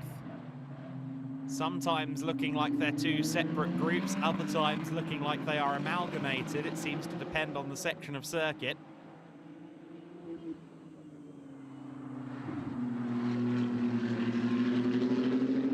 Further back in 7th place, John Leo has just a few tenths over Hirotaka Nishida for 7th and 8th place, and running at the back of the field is Asuki Ozaki. Bambu Maeda has predictably not left the pit lane. Lawrence Lau under some scrutiny here from Michael Ung, who I think may have compromised his run there through 130R, but not excessively so. Has a little bit of a speculative look to the inside going into the triangle, and actually carries some good speed through the chicane thereafter. I thought he might lose his apex speed as a result of that little speculative inside line, but got a brilliant run through the chicane and is now trying to angle for a move at the first corner. That's going to require some bravery and late braking, but he has both in spades. Michael Ung is up into third place but he drifts wide. Oh, he's going to give the position right back. And oh no, it's worse than that. He spins across the road and he's taken out. Was that Komatsu? And then there's been an incident as well just up the road from that. Who was that into the wall? Was it Lau? Was it Jay? I didn't see which of the cars ended up in the barrier further up the road. If it was Jay, that's huge for the championship. It wasn't. Jay has come through in third place. So both Lau and Ung having a moment there. And Komatsu, unfortunately, was caught up in it as well.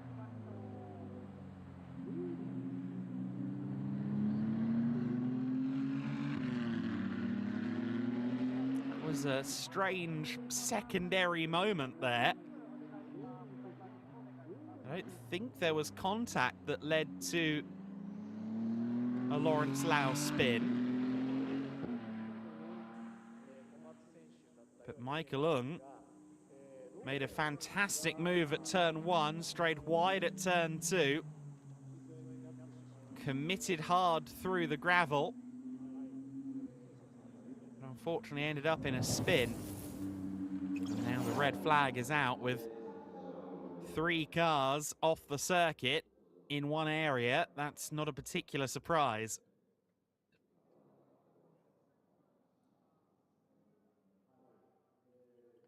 With some 17 minutes and 43 seconds of this race left to go, one would suspect that track conditions willing, we'll be able to resume this race, but certainly a big drama here. We are going to get a look back. Michael Ung with a fabulous move at turn 1, but then just overcommitted to the second corner.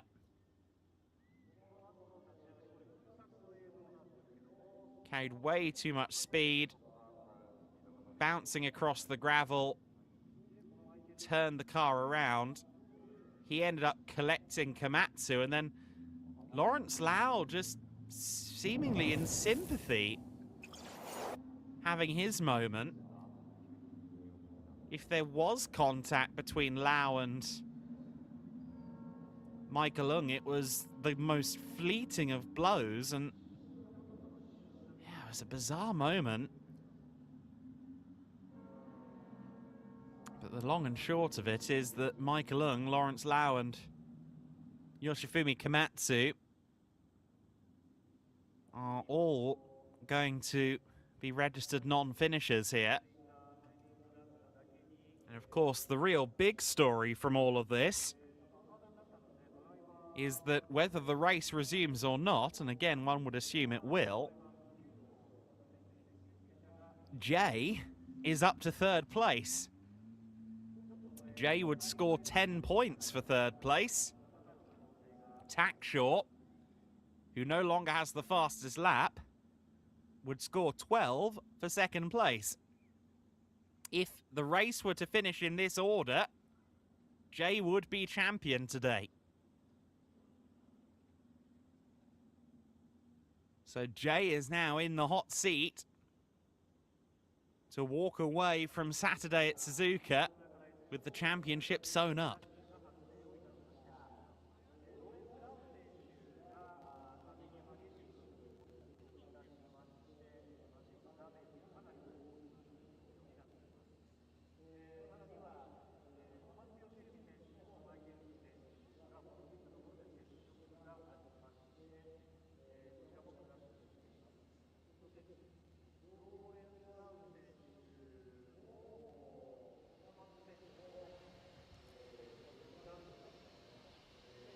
Well, calm descends over Suzuka very briefly.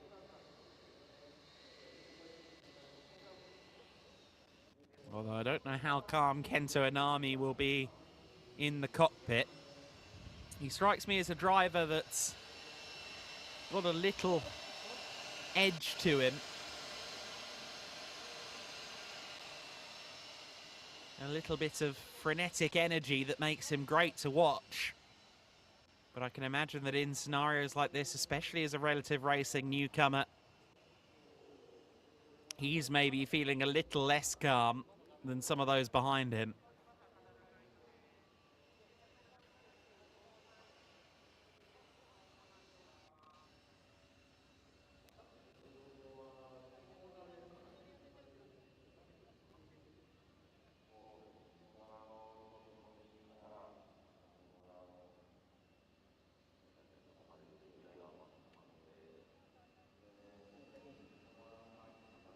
Getting a look there at the 196 car of Tackshaw,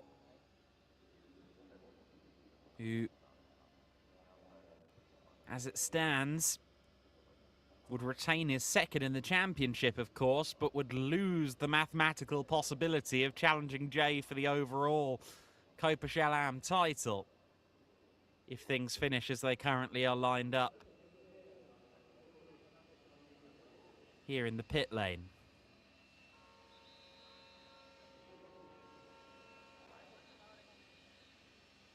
There is Jay's 128 car with its fabulous and funky design.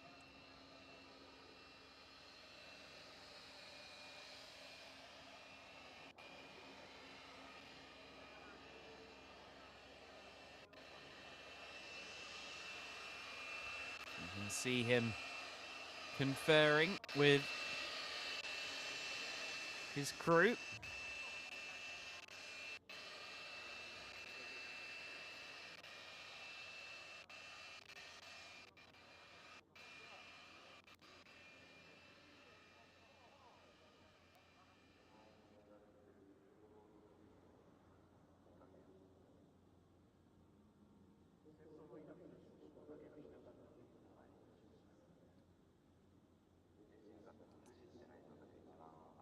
And the umbrellas, or I suppose in this weather, parasols, being deployed by at least one or two of the teams to try and keep some heat out of the cockpit. Again, as we saw at the top of the broadcast, 35-degree heat. It's not pleasant. It's not cool.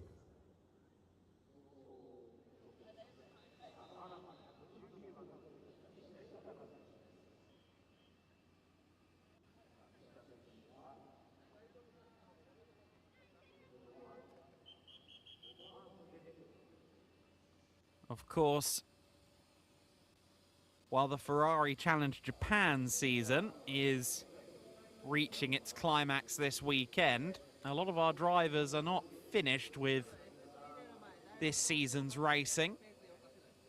A great many of them will make the pilgrimage to Finale Mondiali, the annual closer for all things Ferrari Challenge. And while the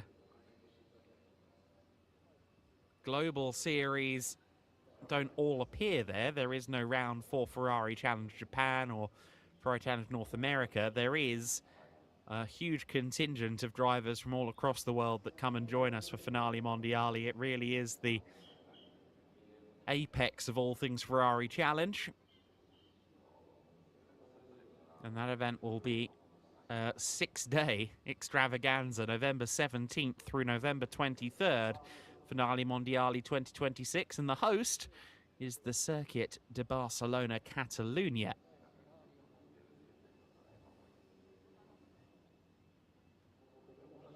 It's a distinct honor and privilege for any venue to host that event. Of course, Finale Mondiali so much more than just the Ferrari Challenge finale. It's also where all of the Clienti cars are out, the F1 Clienti cars, the XX cars, the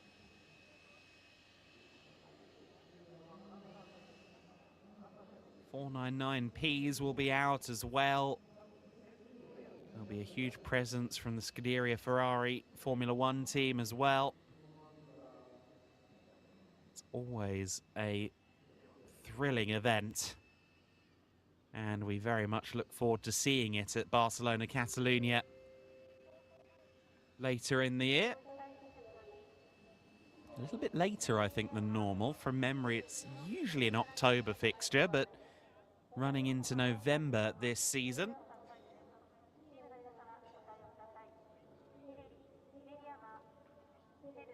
Of course, Lawrence Lau, who unfortunately was involved in this incident that triggered the red flag, he was one of our Ferrari Challenge Japan representatives when the European Series had support races during the Le Mans 24 Hours weekend back in June. Both he and Yasuhito Fukue were on the grid, and while they were the only current full-time drivers,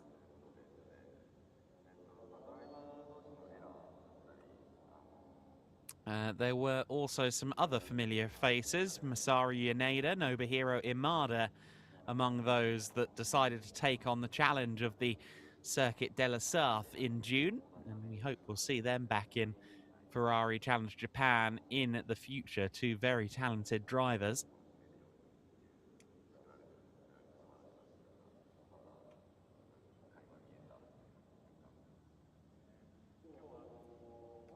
Of course, globally, it is the Ferrari 296 Challenge car that is in use in Ferrari Challenge competition, although the 488s still appear in their own class in the Australasian series, which is in its second season. It is now also the second season in Japan, at least, for the 296 Challenge car, which debuted in Europe and North America in 2024. The Japanese and UK series and the fledgling Australasian series all introducing the car for 2025.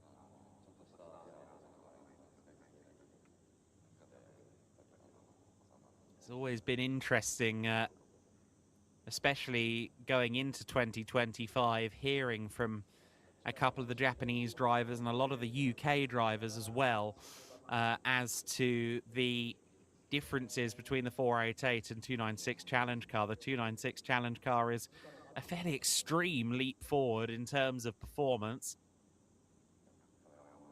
and quite a few things are notably different. I think the big story, the big talking point always with a driver who's new to the 296 Challenge, who has prior experience with the 488, is the differences in the braking system. The CCMR Plus brake discs that are vastly improved from both the durability and conductivity standpoint. And of course, those brake discs, as advanced as they are utilized by brake-by-wire. And that means that there is no mechanical interface between the pedal and the brake. It's all by computer technological wizardry that the car takes in a request to slow down. And I've been told that it's a very instantaneous thing. It feels a lot more extreme, the deceleration in the 296 Challenge, than the 488. It takes a bit of getting used to get used to what it wants from you from a perspective of pedal modulation and such. Get a look there at the steering wheel of the 296 Challenge car. Rather Formula-like, rather single-seater-like. I can neither confirm or deny that the red LH button summons Sir Lewis Hamilton.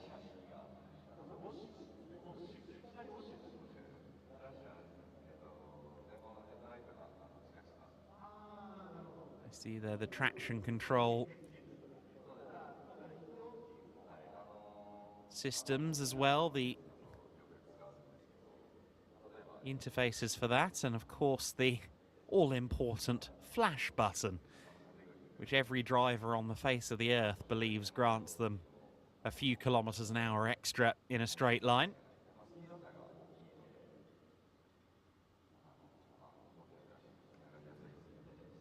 See the interesting thing there of a couple of different traction control knobs. You can kind of modulate and vary your traction control. And of course, while it is typically a bit faster to use less of it, if you're newer and still figuring out how to control 700 horsepower, jumping it up to position number 5 is perhaps not the worst idea.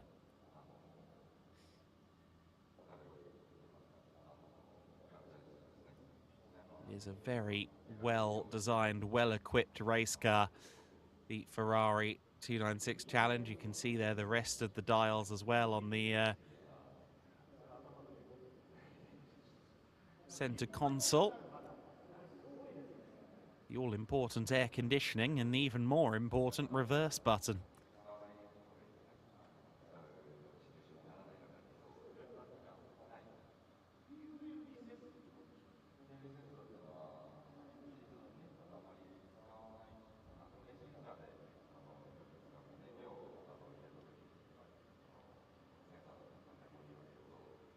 Of course, this weekend we have Ferrari Challenge action here.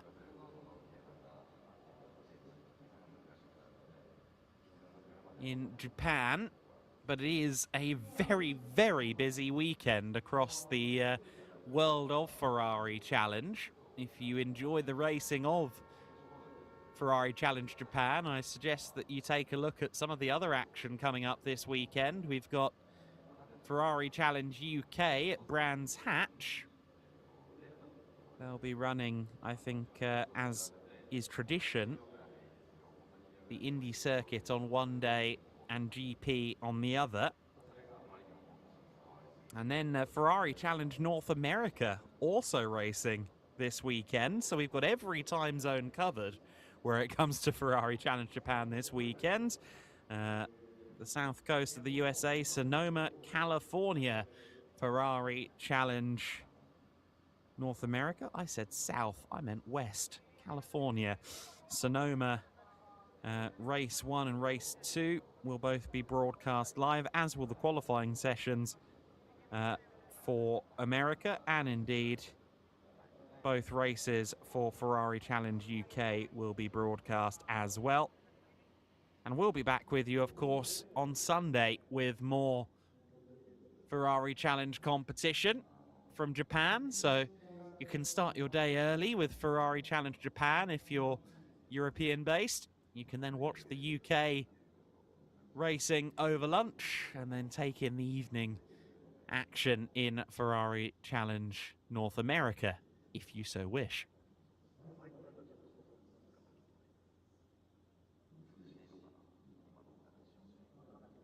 That roller coaster with almost as much elevation change as the Suzuka International Racing course itself.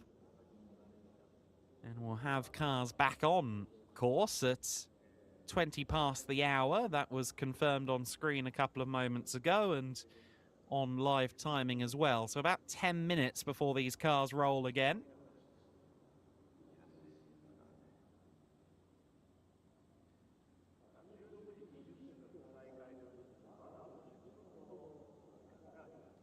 I'm interested, once we do roll again, to see exactly what Jay decides to do. He can't be too conservative, of course. He doesn't want to lose out to those behind him, but he also doesn't want to fight with his title rival Tackshaw and potentially risk having a moment. If there's one thing he needs, it's points. To make sure that he wins the championship today and can enjoy Sunday with his hair down.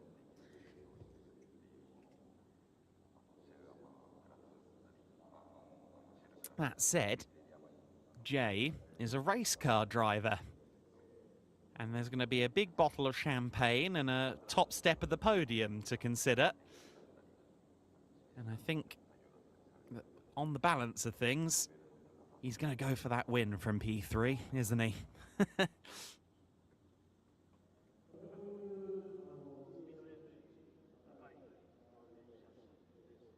That is, of course, on the assumption that he has the pace to do so. He didn't display that kind of speed in qualifying, but he looked like he was working his way forward in the race. And then, unfortunately, for the three parties ahead of him, all three had that incident. And it was 3 for the price of 1 for Jay, moving up to third position. But the question is, now that he will be directly behind Inami and Tackshaw, can he learn from them, follow those lines, and potentially try and move up further? Third place would be enough, no matter what Tackshaw does for Jay. A Tackshaw win would still not narrow the advantage enough. So for Jay, third place is more than enough, but again, I'd be somewhat surprised if he took the measured, I'll just sit in third approach.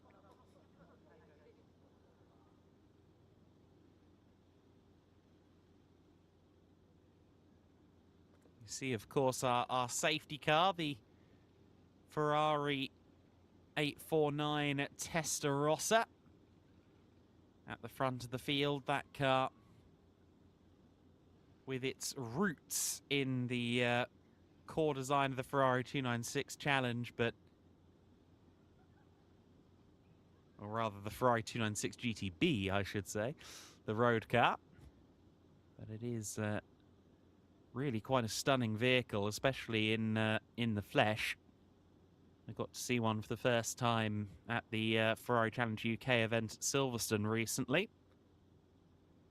Also present that day were some of the first UK-registered Ferrari F80s, some of which belonged to the lucky drivers in the Ferrari Challenge UK paddock, and I believe a couple of our Ferrari Challenge Japan drivers have also taken delivery of their F80.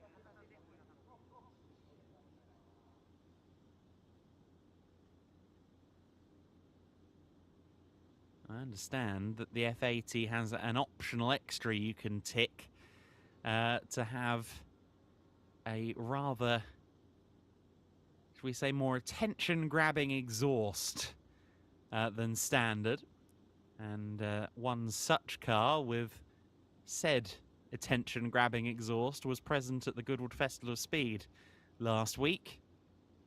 And per an on-the-ground witness that I spoke to, it sounded jolly good. That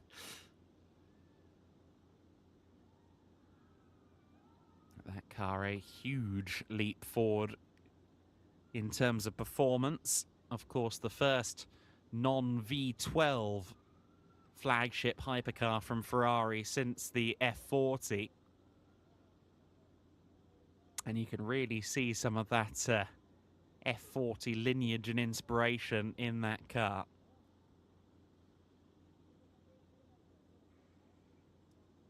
When we were here in March, there was an F40 in the F1 paddock, and some were of the thought that perhaps it was the same car that Sir Lewis Hamilton had been seen driving around Tokyo a few days before the Japanese Grand Prix, but it in fact wasn't. I believe it did belong to one of our Ferrari Challenge Japan drivers, as a matter of fact.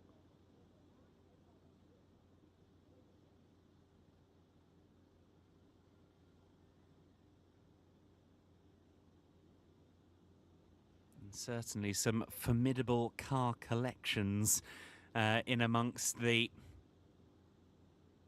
Ferrari Challenge Japan paddock. Many of them with a selection of cars they can choose to bring. You very rarely see his driver bring the same car to every round of the season.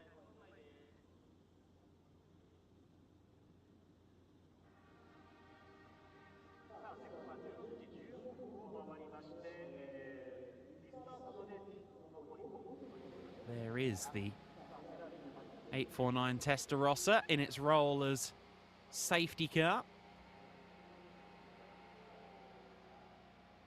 You can see the rather lovely retro design, particularly notable on the front of the car, but with many a modern twist. Of course, a similar trick pulled by what is potentially my favourite modern Ferrari at the moment, the 12 Cylindri. Getting a replay here at the start. Bamboo Maeda's contact with Tackshaw came very close to seeing one of our championship contenders off the first opportunity. Bamboo Maeda with his moment there on the first lap of the race. It was again quite a strange moment. It's not often that you lose it that early into 130R, but that's what happened, unfortunately. And then Michael Ung, a fantastic move, but then that excess of ambition into turn 2.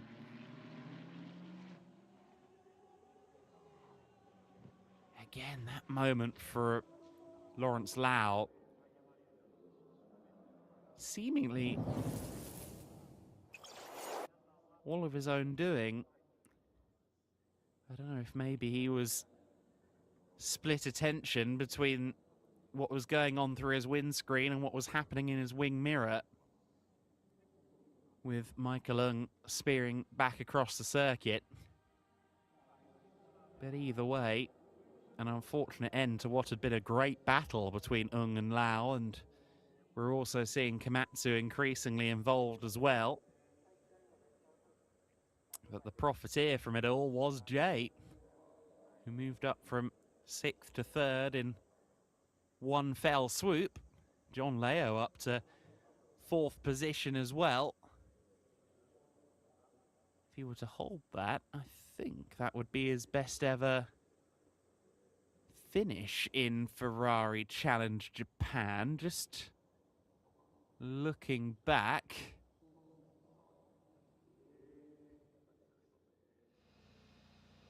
to Fuji to confirm that. I know that he had a very strong weekend by his standards at Motegi.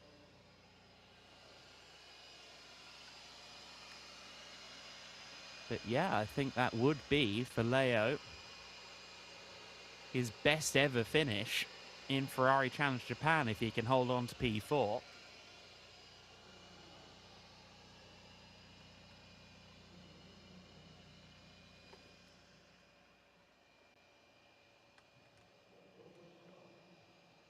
We're just a few moments away then from these cars being released back onto the circuit. After the red flag delay, we thank you for your patience. We thank the drivers for theirs as well. But we will shortly be back underway in this race for the Copa Shell AM division of Ferrari Challenge Japan.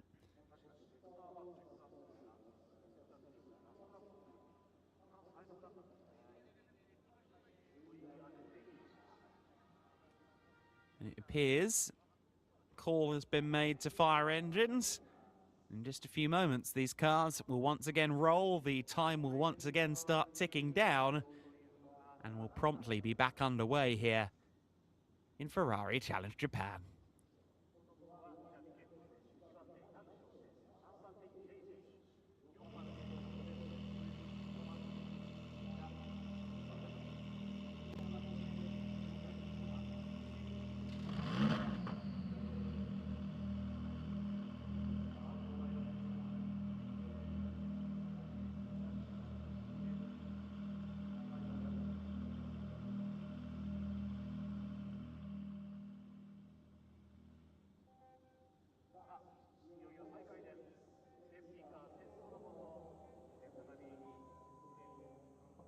So the red light will extinguish now, and the safety car will lead the field back out onto the circuit. It should just be the one lap around behind the safety car.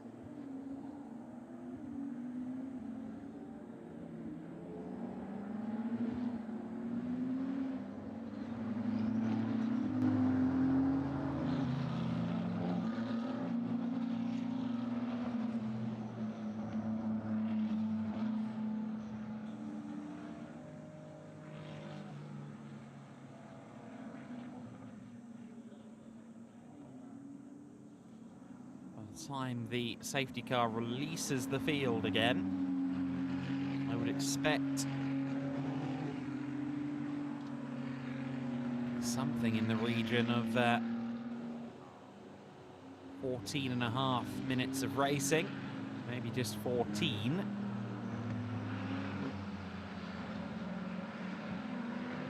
So plenty of time for things to shift. I think the big story is going to be the resumption of Inami versus Tackshaw at the front of the field. There is the question mark as to what Jay can do from third position as well.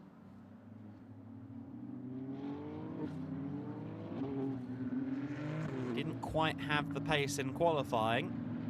Did they make the changes he needed to get the best out of driver and car ahead of this race? And is his best enough to challenge the two very capable competitors up at the front?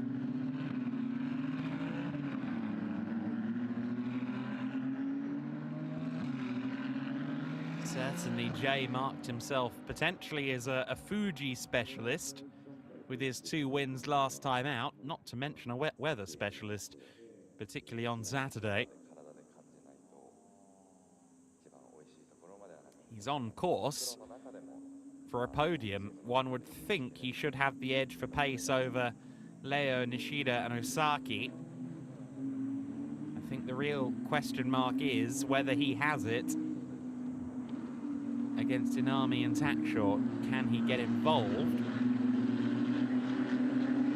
Of course, even if he doesn't have the outright pace, potentially Inami and Tackshaw will preoccupy themselves and allow him to get involved in a fight.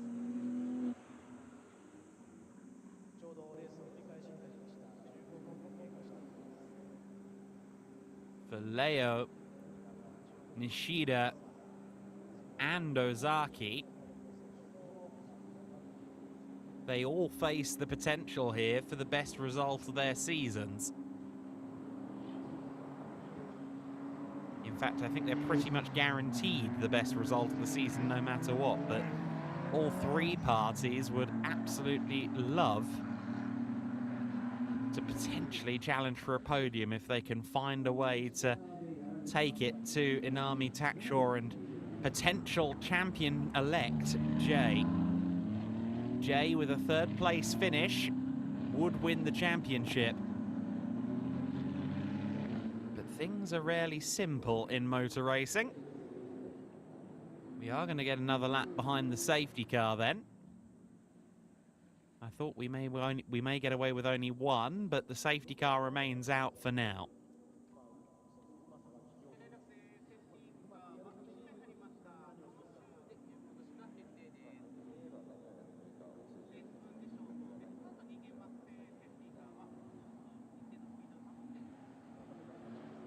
It is still a comprehensively toasty 35 degrees Celsius around the circuit here at Suzuka.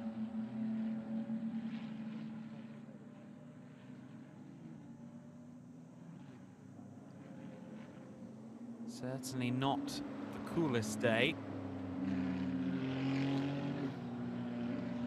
And certainly the kind of day that drivers find to be an immense challenge. As many creature comforts as the 296 has, and of course we saw some of that looking into the cockpits of the cars during the red flag, the air conditioning, the personalized driving position that all of these competitors will have, but there's no ifs, buts or maybes. Even with aircon, 35 degrees will hit you in a race car. It will feel warm, and it will be very physical to hustle the car around for 30 minutes plus 1 lap. If anything, this red flag, or to use the parlance of another major major sporting event, that hydration break may have done a few favours to the drivers just to top themselves up and limber up before jumping into the second phase of the race. Safety car is confirmed to be in this time by.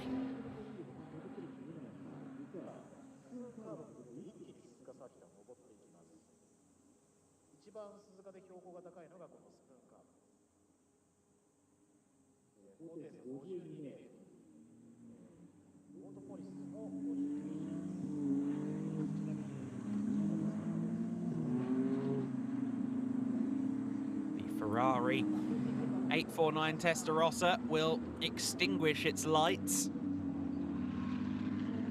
and what's left of the Copa field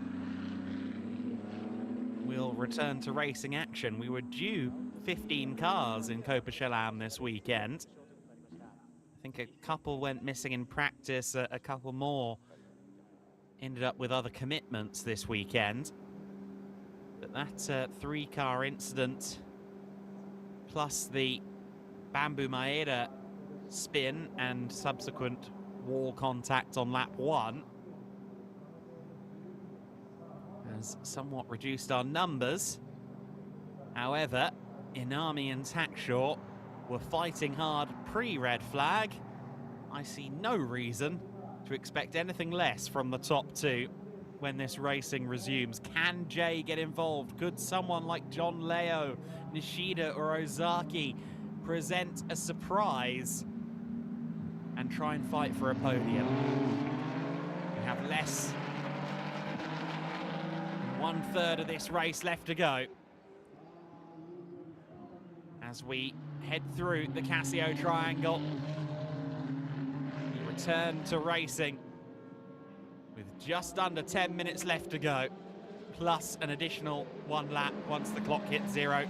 It's Inami from Takshaw, from Jay, your top 3 as we resume here at Suzuka.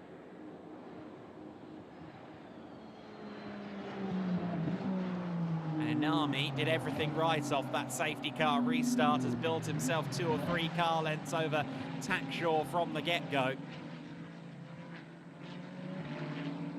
We saw them matching each other for pace prior to the red flag. We saw that Takshaw could more than hang with Inami, albeit Inami had set the fastest lap of the race just prior to the pause.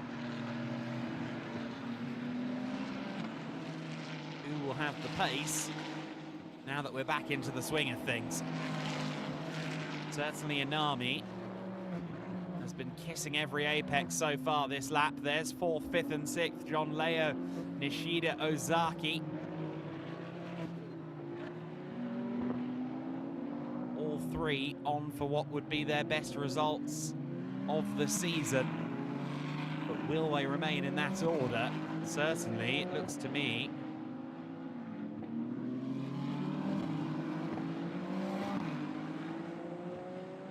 as if Nishida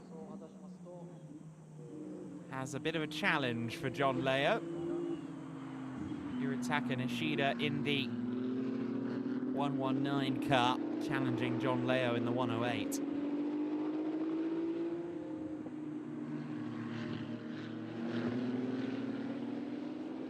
At the front of the field, Inami and Takshaw turn through 130R with a second between them. But a lot more commitment from Takshaw there through 130R. Look at how much time he made up. It was a second. It was 1.1 as they headed out of Spoon. And it was all eroded away almost instantly by Inami's commitment. Oh, sorry, Takshaw's commitment. But we've had a moment there for, is that Nishida? Yes, it is. That was Nishida off the circuit in the gravel.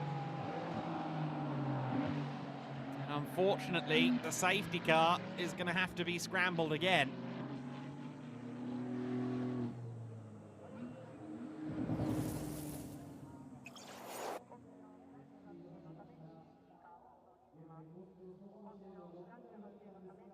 So Nishida dropping it through 130R. Did he avoid barrier contact, I wonder. Doesn't look like the car has any significant damage.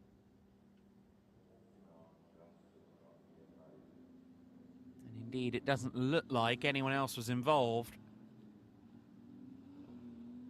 But unfortunately for Nishida, his race comes to an end in what is quite a deep gravel pit there on the inside of 130R.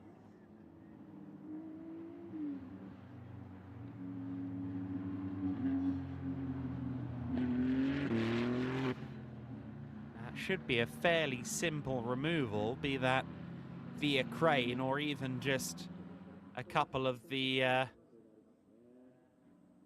more physically gifted members of the Suzuka marshalling team. Give it a nice push and it'll be back on the tarmac. But I don't think it'll be a particularly lengthy process. Ah, that has absolutely found the barrier. We can now see from the back-facing angle. So Hirotaka Nishida found the wall, and we're going to get a look at quite how that happened. All very wide into 130R, tried to stay within the track limits. And again, just asking too much, trying to steer too hard. And when you do that, the rear soon cries enough.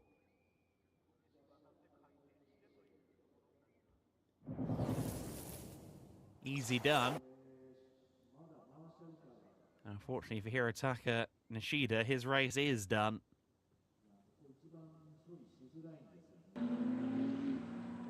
The safety car driver's isn't, though. He's had a fair lick of work to do today. Once the safety car picks up the field as they come down the main straight, it'll take about 3 minutes to do a lap behind the safety car, and I suspect this should be a one-lap clearing, one would think. So we might get 2 more laps of racing after the safety car. Certainly, I believe we'd get 1 lap of racing with the +1 lap once the clock hits 0. I do not think this race will end under safety car.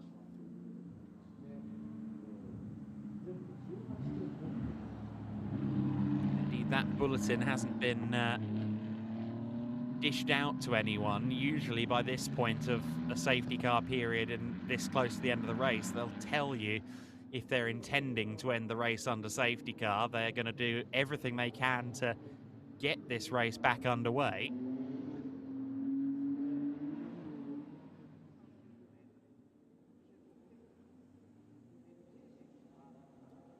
The big question is going to be, will we get to this point on the lap before the clock hits 0 next time by? Because if we do, that's 2 more laps left to run. If the clock hits 0 before we return to the start-finish line, then that next lap will be the final lap.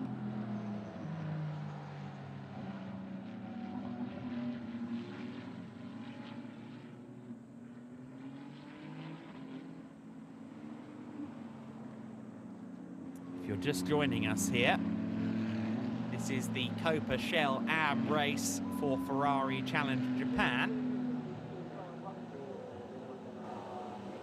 Unfortunately, several cars have met their demise in the first phase of the race. We had a red flag at the halfway point, and we're now back under safety car conditions after a moment for Hirotaka Nishida.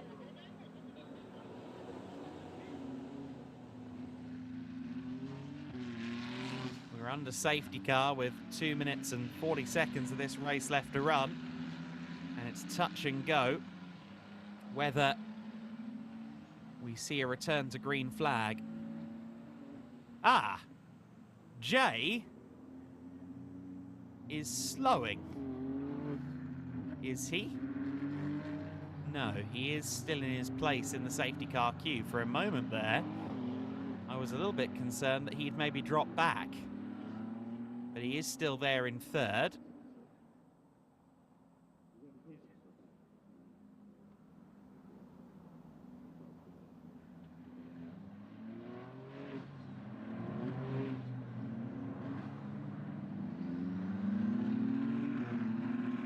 Jay, a driver who certainly doesn't want any more drama than he has to contend with in the latter phase of this race.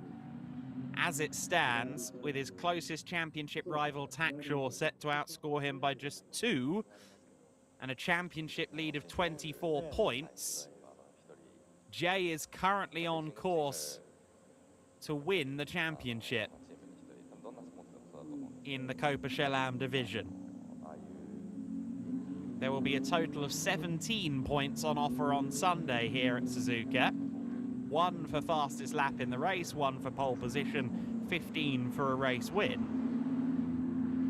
The gap between Jay and Tackshaw currently stands at 24 points. With things finishing as they are, that gap will be just 22 points going into the last race, but that would be more than enough for Jay to wrap it up today.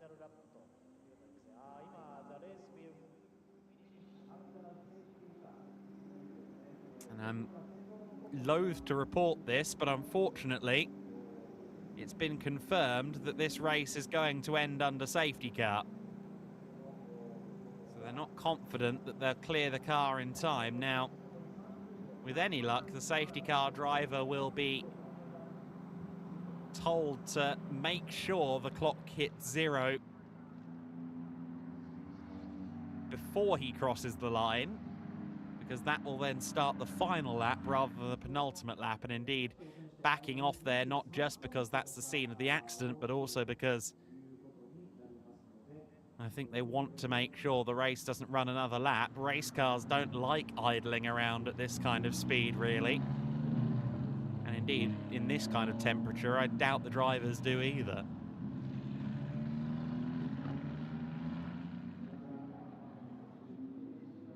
You want that reprieve of a little wind hitting your face in the small window opening on these cars, and running around at probably 80, 100 kilometers an hour. Yeah, that doesn't do that, unfortunately. Not to the extent that it will doing 280 kilometers an hour.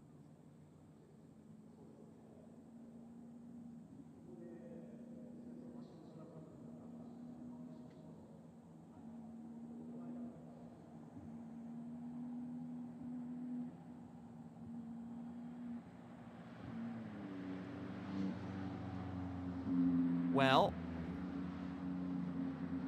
while the trite observation would be to say that the Ferrari 849 Testarossa has maybe led the most laps today, in reality, it has been and will be lights to flag for pole sitter Kento Inami, while he faced adversity, certainly, especially in the first phase of the race from Tackshaw.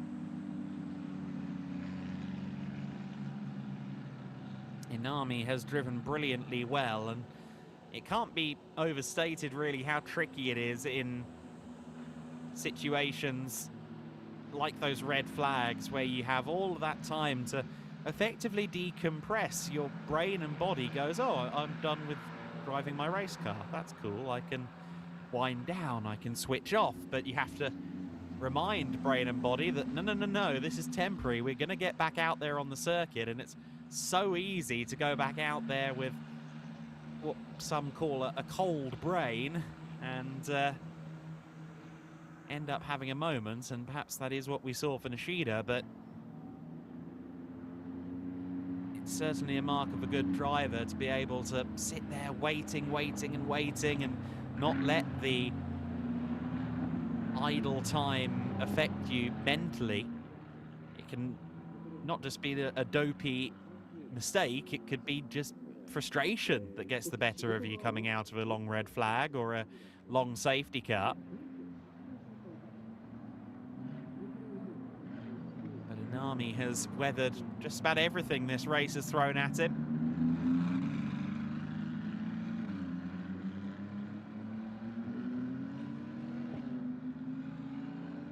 And he is on course here to claim a race victory, just his second of the season it will be. Of course, he had that stunning weekend at Motegi where he won the second race and led much of the first race as well, made an error coming out of turn 2 on the final lap, and that lost him the race win on Saturday at Motegi.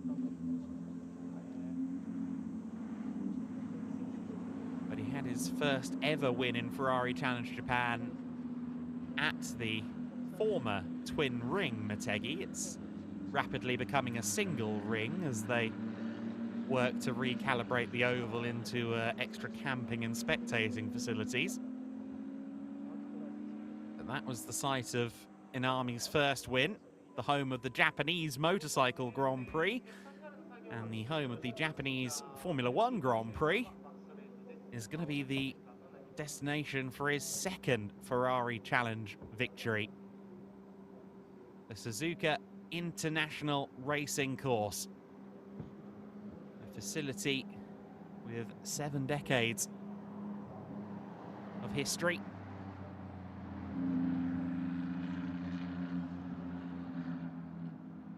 A facility that will no doubt host Ferrari Challenge at least once in 2027 as well. A place that started the season is capping off the 2026 season as well. For Inami, it's going to be a race win. For Takshaw, it's going to be P2. For Jay, it's going to be 3rd place and a Copa Shell Am Championship. Kento Inami crosses the line to win it.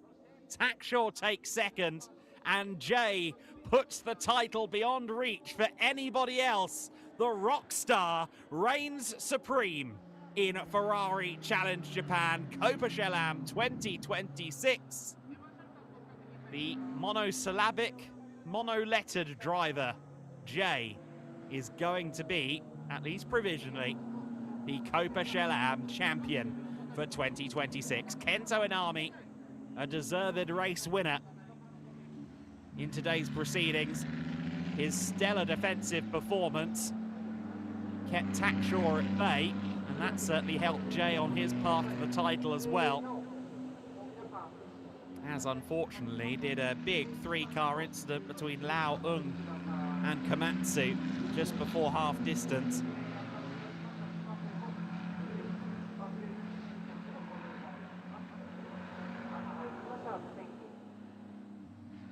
For John Leo and Asuki Ozaki, they are celebrating their best results in Ferrari Challenge Japan with 4th and 5th overall respectively. But there is the confirmation that we saw on screen that Jay is the Copa Shell Am champion. And if I may be so bold as to make a request, Kei Cozzolino, if you're listening, yes, we need to talk to Inami, our race winner, but based on those interviews at Fuji, please, let's grab Jay too. Perhaps the most animated post-race interviews I've ever seen, crossing about 6 languages at Fuji. The double race winner there, Jay. That weekend really was the weekend that made his season. Kento Inami, who'd been very strong prior to that, only scored 2 points across the weekend.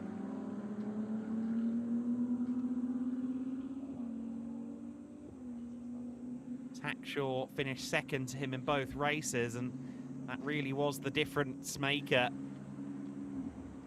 And now Jay is champion. We will no doubt hear from Kento Inami, and I don't know if we will be able to collar Jay, but if we do, my goodness, that's going to be a mighty interview. Get your screen caps ready if we do see Jay on screen at any point.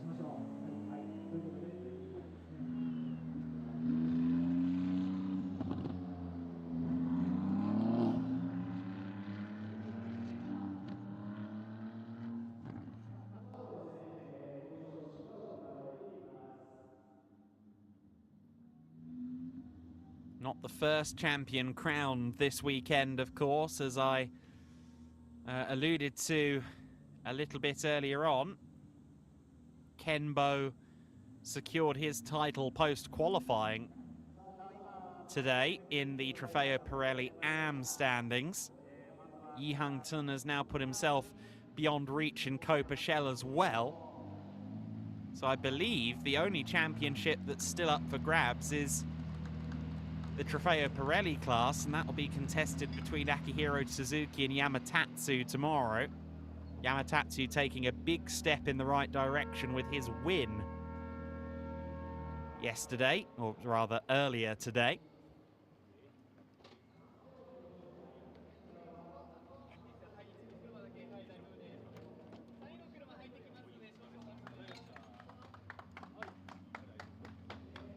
We are encroaching into the evening here as it approaches 5 p.m. at Suzuka. And for Kento Inami, the sun shines bright on him. But wait for the cheer as Jay exits the car. With how he gained that third place, one could certainly argue the sun was shining on him. The seas parted in front of Jay.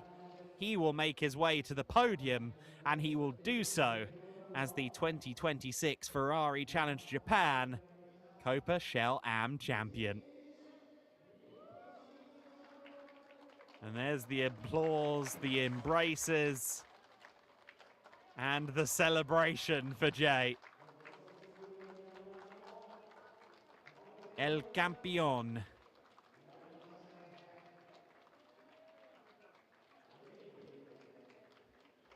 And that is a jubilant man. We'll hear from Kento Inami in a few moments' time. I have everything I can crossed that we get a word or two from Jay as well on this momentous day for him. As we All go right, to ladies and Keiko's Arena. gentlemen, please welcome the race winner of Copa Shell AM, Kento Inami. おめでとうございます。So this year was your debut year. It's your first year racing, and you won it here second time. How do you feel? 今季レース、デビューされて、なんと2勝目となりました。いやめっちゃ嬉しいですね。昨日ちょっとあんまペースが良くなくて、で今日の予選で一気にタイムが上がって、でなんとか決勝に間に合ったみたいな感じで良かったです。Yeah, until yesterday's qualifying, I was struggling quite a bit to get up to the pace, but I was glad to make it happen, get the pole position and perfect victory this year. Now we have one more race this year remaining for tomorrow. You're currently sitting only 5 points behind Attack Shaw, which is in the second in the rankings. Do you think you can secure position 2? さあ、そして明日最終戦となります。2位のタクショー選手と5ポイント差となりますが、どうでしょうか。明日2位狙えますか。そうですね。頑張って予選まず頑張ってポール取ってできれば決勝優勝みたいな感じで終わらせたいと思います。Yes, I'm definitely confident to make it happen tomorrow. The most important thing is to get again the pole position and go for the second in the championship. 改めましておめでとうございます。ありがとうございます。めっちゃ嬉しいです。ありがとうございます。 Back to you. Well, big congratulations to Kento Inami. We see Jay receiving his applause from his crew.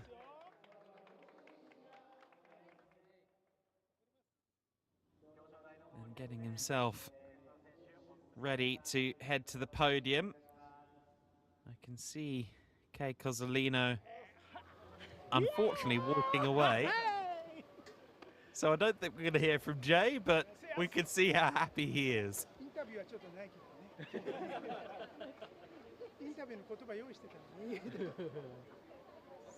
See you tomorrow.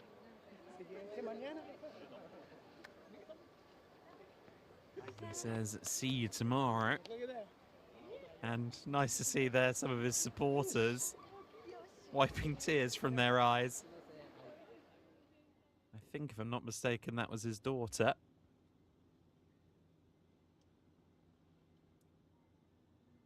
Certainly a charismatic and much loved presence in this paddock already. First season, but boy has he made an impact, or first full season I should say, but boy has he made an impact, and I think gained himself a little bit of a following in the process.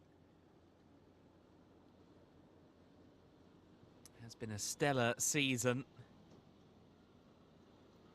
Had a suite of strong results at Okayama, a 4th and a 6th. And then a 5th and a 2nd at Motegi. And then that double win at Fuji is really what pushed him over the edge into being the favourite for the championship.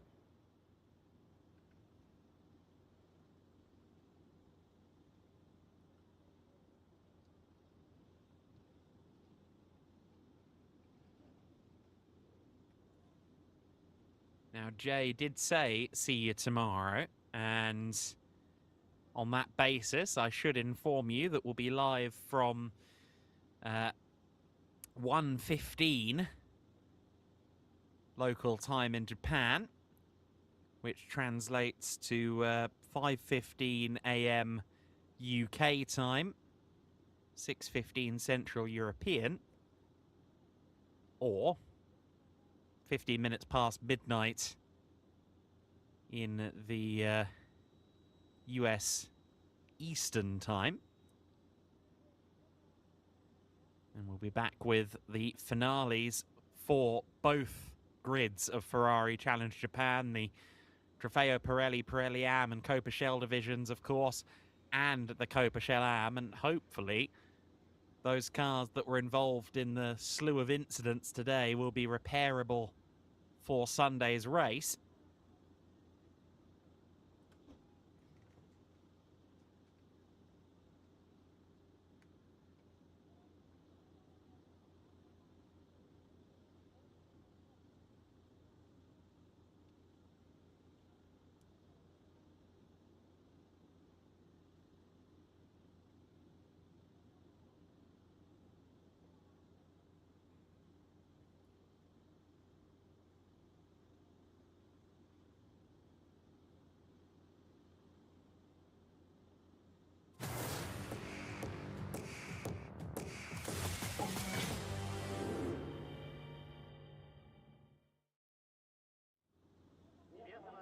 And so, podium celebration time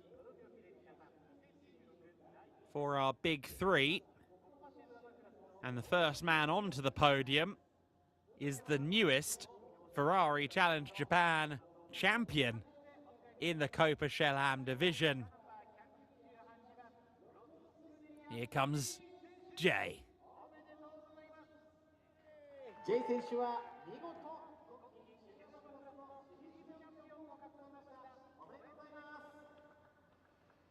そして第2位はカナンバー196番コーンズ芝タクショー選手おめでとうございます Tackshaw joins him, second position. A huge congratulations from Tackshaw to Jay for the Cornish Shiba dealership, who of course have won the Coppa Dealer already for this season. The championship slowly making their way to their destinations. But the P1 trophy to Kento Inami today. A great performance at the front. And Jay's infectious enemy bringing out a big smile in the race winner. I said infectious enemy. I meant infectious energy. And as the dealer representative for Inami and Yanase Fiorano Moturi joins the podium, we will now observe the national anthem, but not before we welcome the gentleman driver subclass winner to the podium,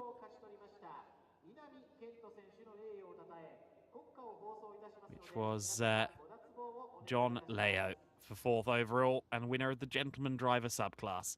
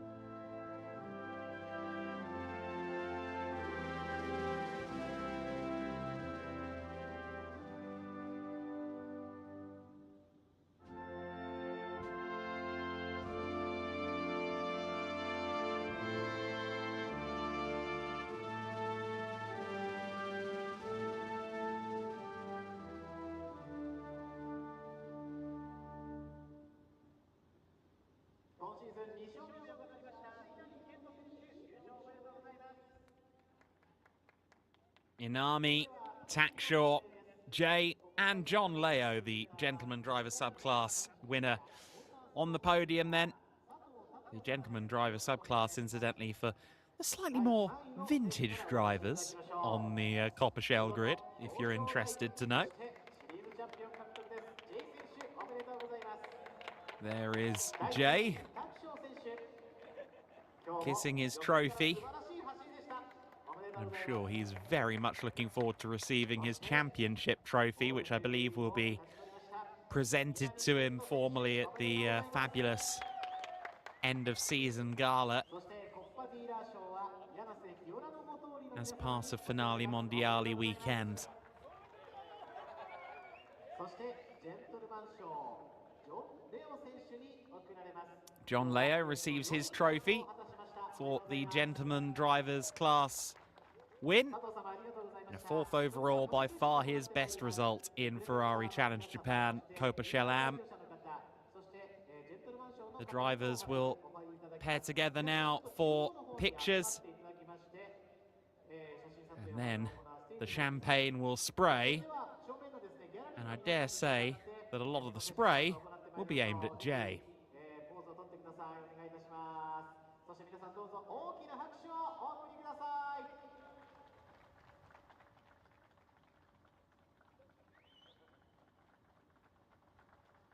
はい、それではですね、オフィシャルフォトグラファー、正面のオフィシャルフォトグラファーが撮影を行いますので、 As we see these scenes again, I remind you that there's a lot more Ferrari Challenge action all across the world this weekend. We'll be racing at Brands Hatch in the UK series. In Ferrari Challenge North America, we'll be racing at Sonoma, so there's no shortage of Ferrari Challenge action to watch this weekend across 3 continents, and indeed 3 of the best circuits in the world. Here at Suzuka for Saturday, it is time to do the Good Fight champagne.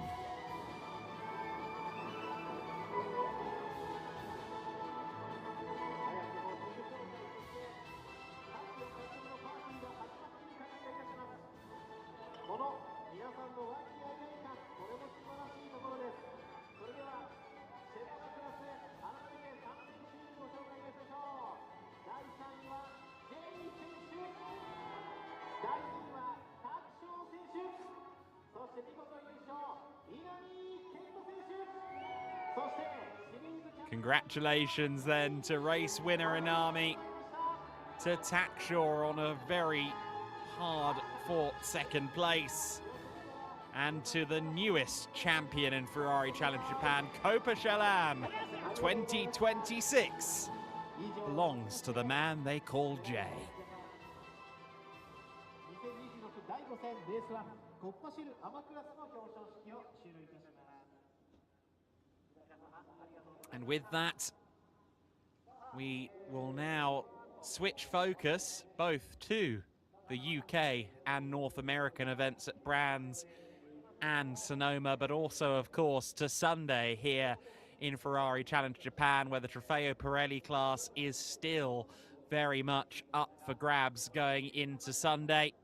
Yamatatsu and Akihiro Suzuki will do battle from the front of the field, no doubt, to secure that title and shore it up. Just 2 races left to run here this season in Ferrari Challenge Japan, and what better place to do it than the Suzuka International Racing Course. It has been a great Saturday here. Let's get a look back at the highlights of the Coppa Shell Am race. It was a fabulous start from Bambu Maeda from the second row of the grid as this race got underway. Contact, though, between himself and Takshaw certainly left my heart in my mouth, and I'm sure both of theirs as well. Ditto, Bambu Maeda spinning off through 130R. And unfortunately damaging the rear of his car with that contact with the tyre wall. Michael Ung fighting for 4th place with Lawrence Lau, got through, but then bouncing across the gravel, spinning off, collecting Komatsu, and then seemingly all on his own. The subsequent moment for Lawrence Lau as we had a red flag and then got back to racing. Unfortunately, it didn't take long for Nishida to have a moment that would trigger a safety car. And unfortunately, that safety car would conclude the race. For Inami, it's a second win of the season. For Takshaw, another runner-up spot. But for Jay, third place was enough to crown him champion. He was jubilant. He was victorious. One could say that on Saturday, Jay had it all his own way. Will lightning strike twice on Sunday? Who's to say? Kento Inami winning the race. Takshaw, Jay, John Leo, and Asuki Ozaki rounding out the mere 5 cars that finished the race, unfortunately. Hopefully everyone will be back out to do battle again on Sunday. Here's the Drivers' Championship as it stands. Takshaw only 5 clear of Kento Inami, but Jay is champion. He is victorious in 2026. That does mean that if he's back in 2027, he'll be doing battle in Corpechelle. You don't defend a championship in Corpechelle. Well, we thank you very much for joining us here at Suzuka. We'll be back tomorrow. The global Ferrari Challenge community has a lot more action to bring you over the course of this weekend, so make sure you stay tuned all the way in on the Ferrari YouTube channel and indeed elsewhere. It's been great fun bringing you these 2 races. We look forward to bringing you more on Sunday from Suzuka.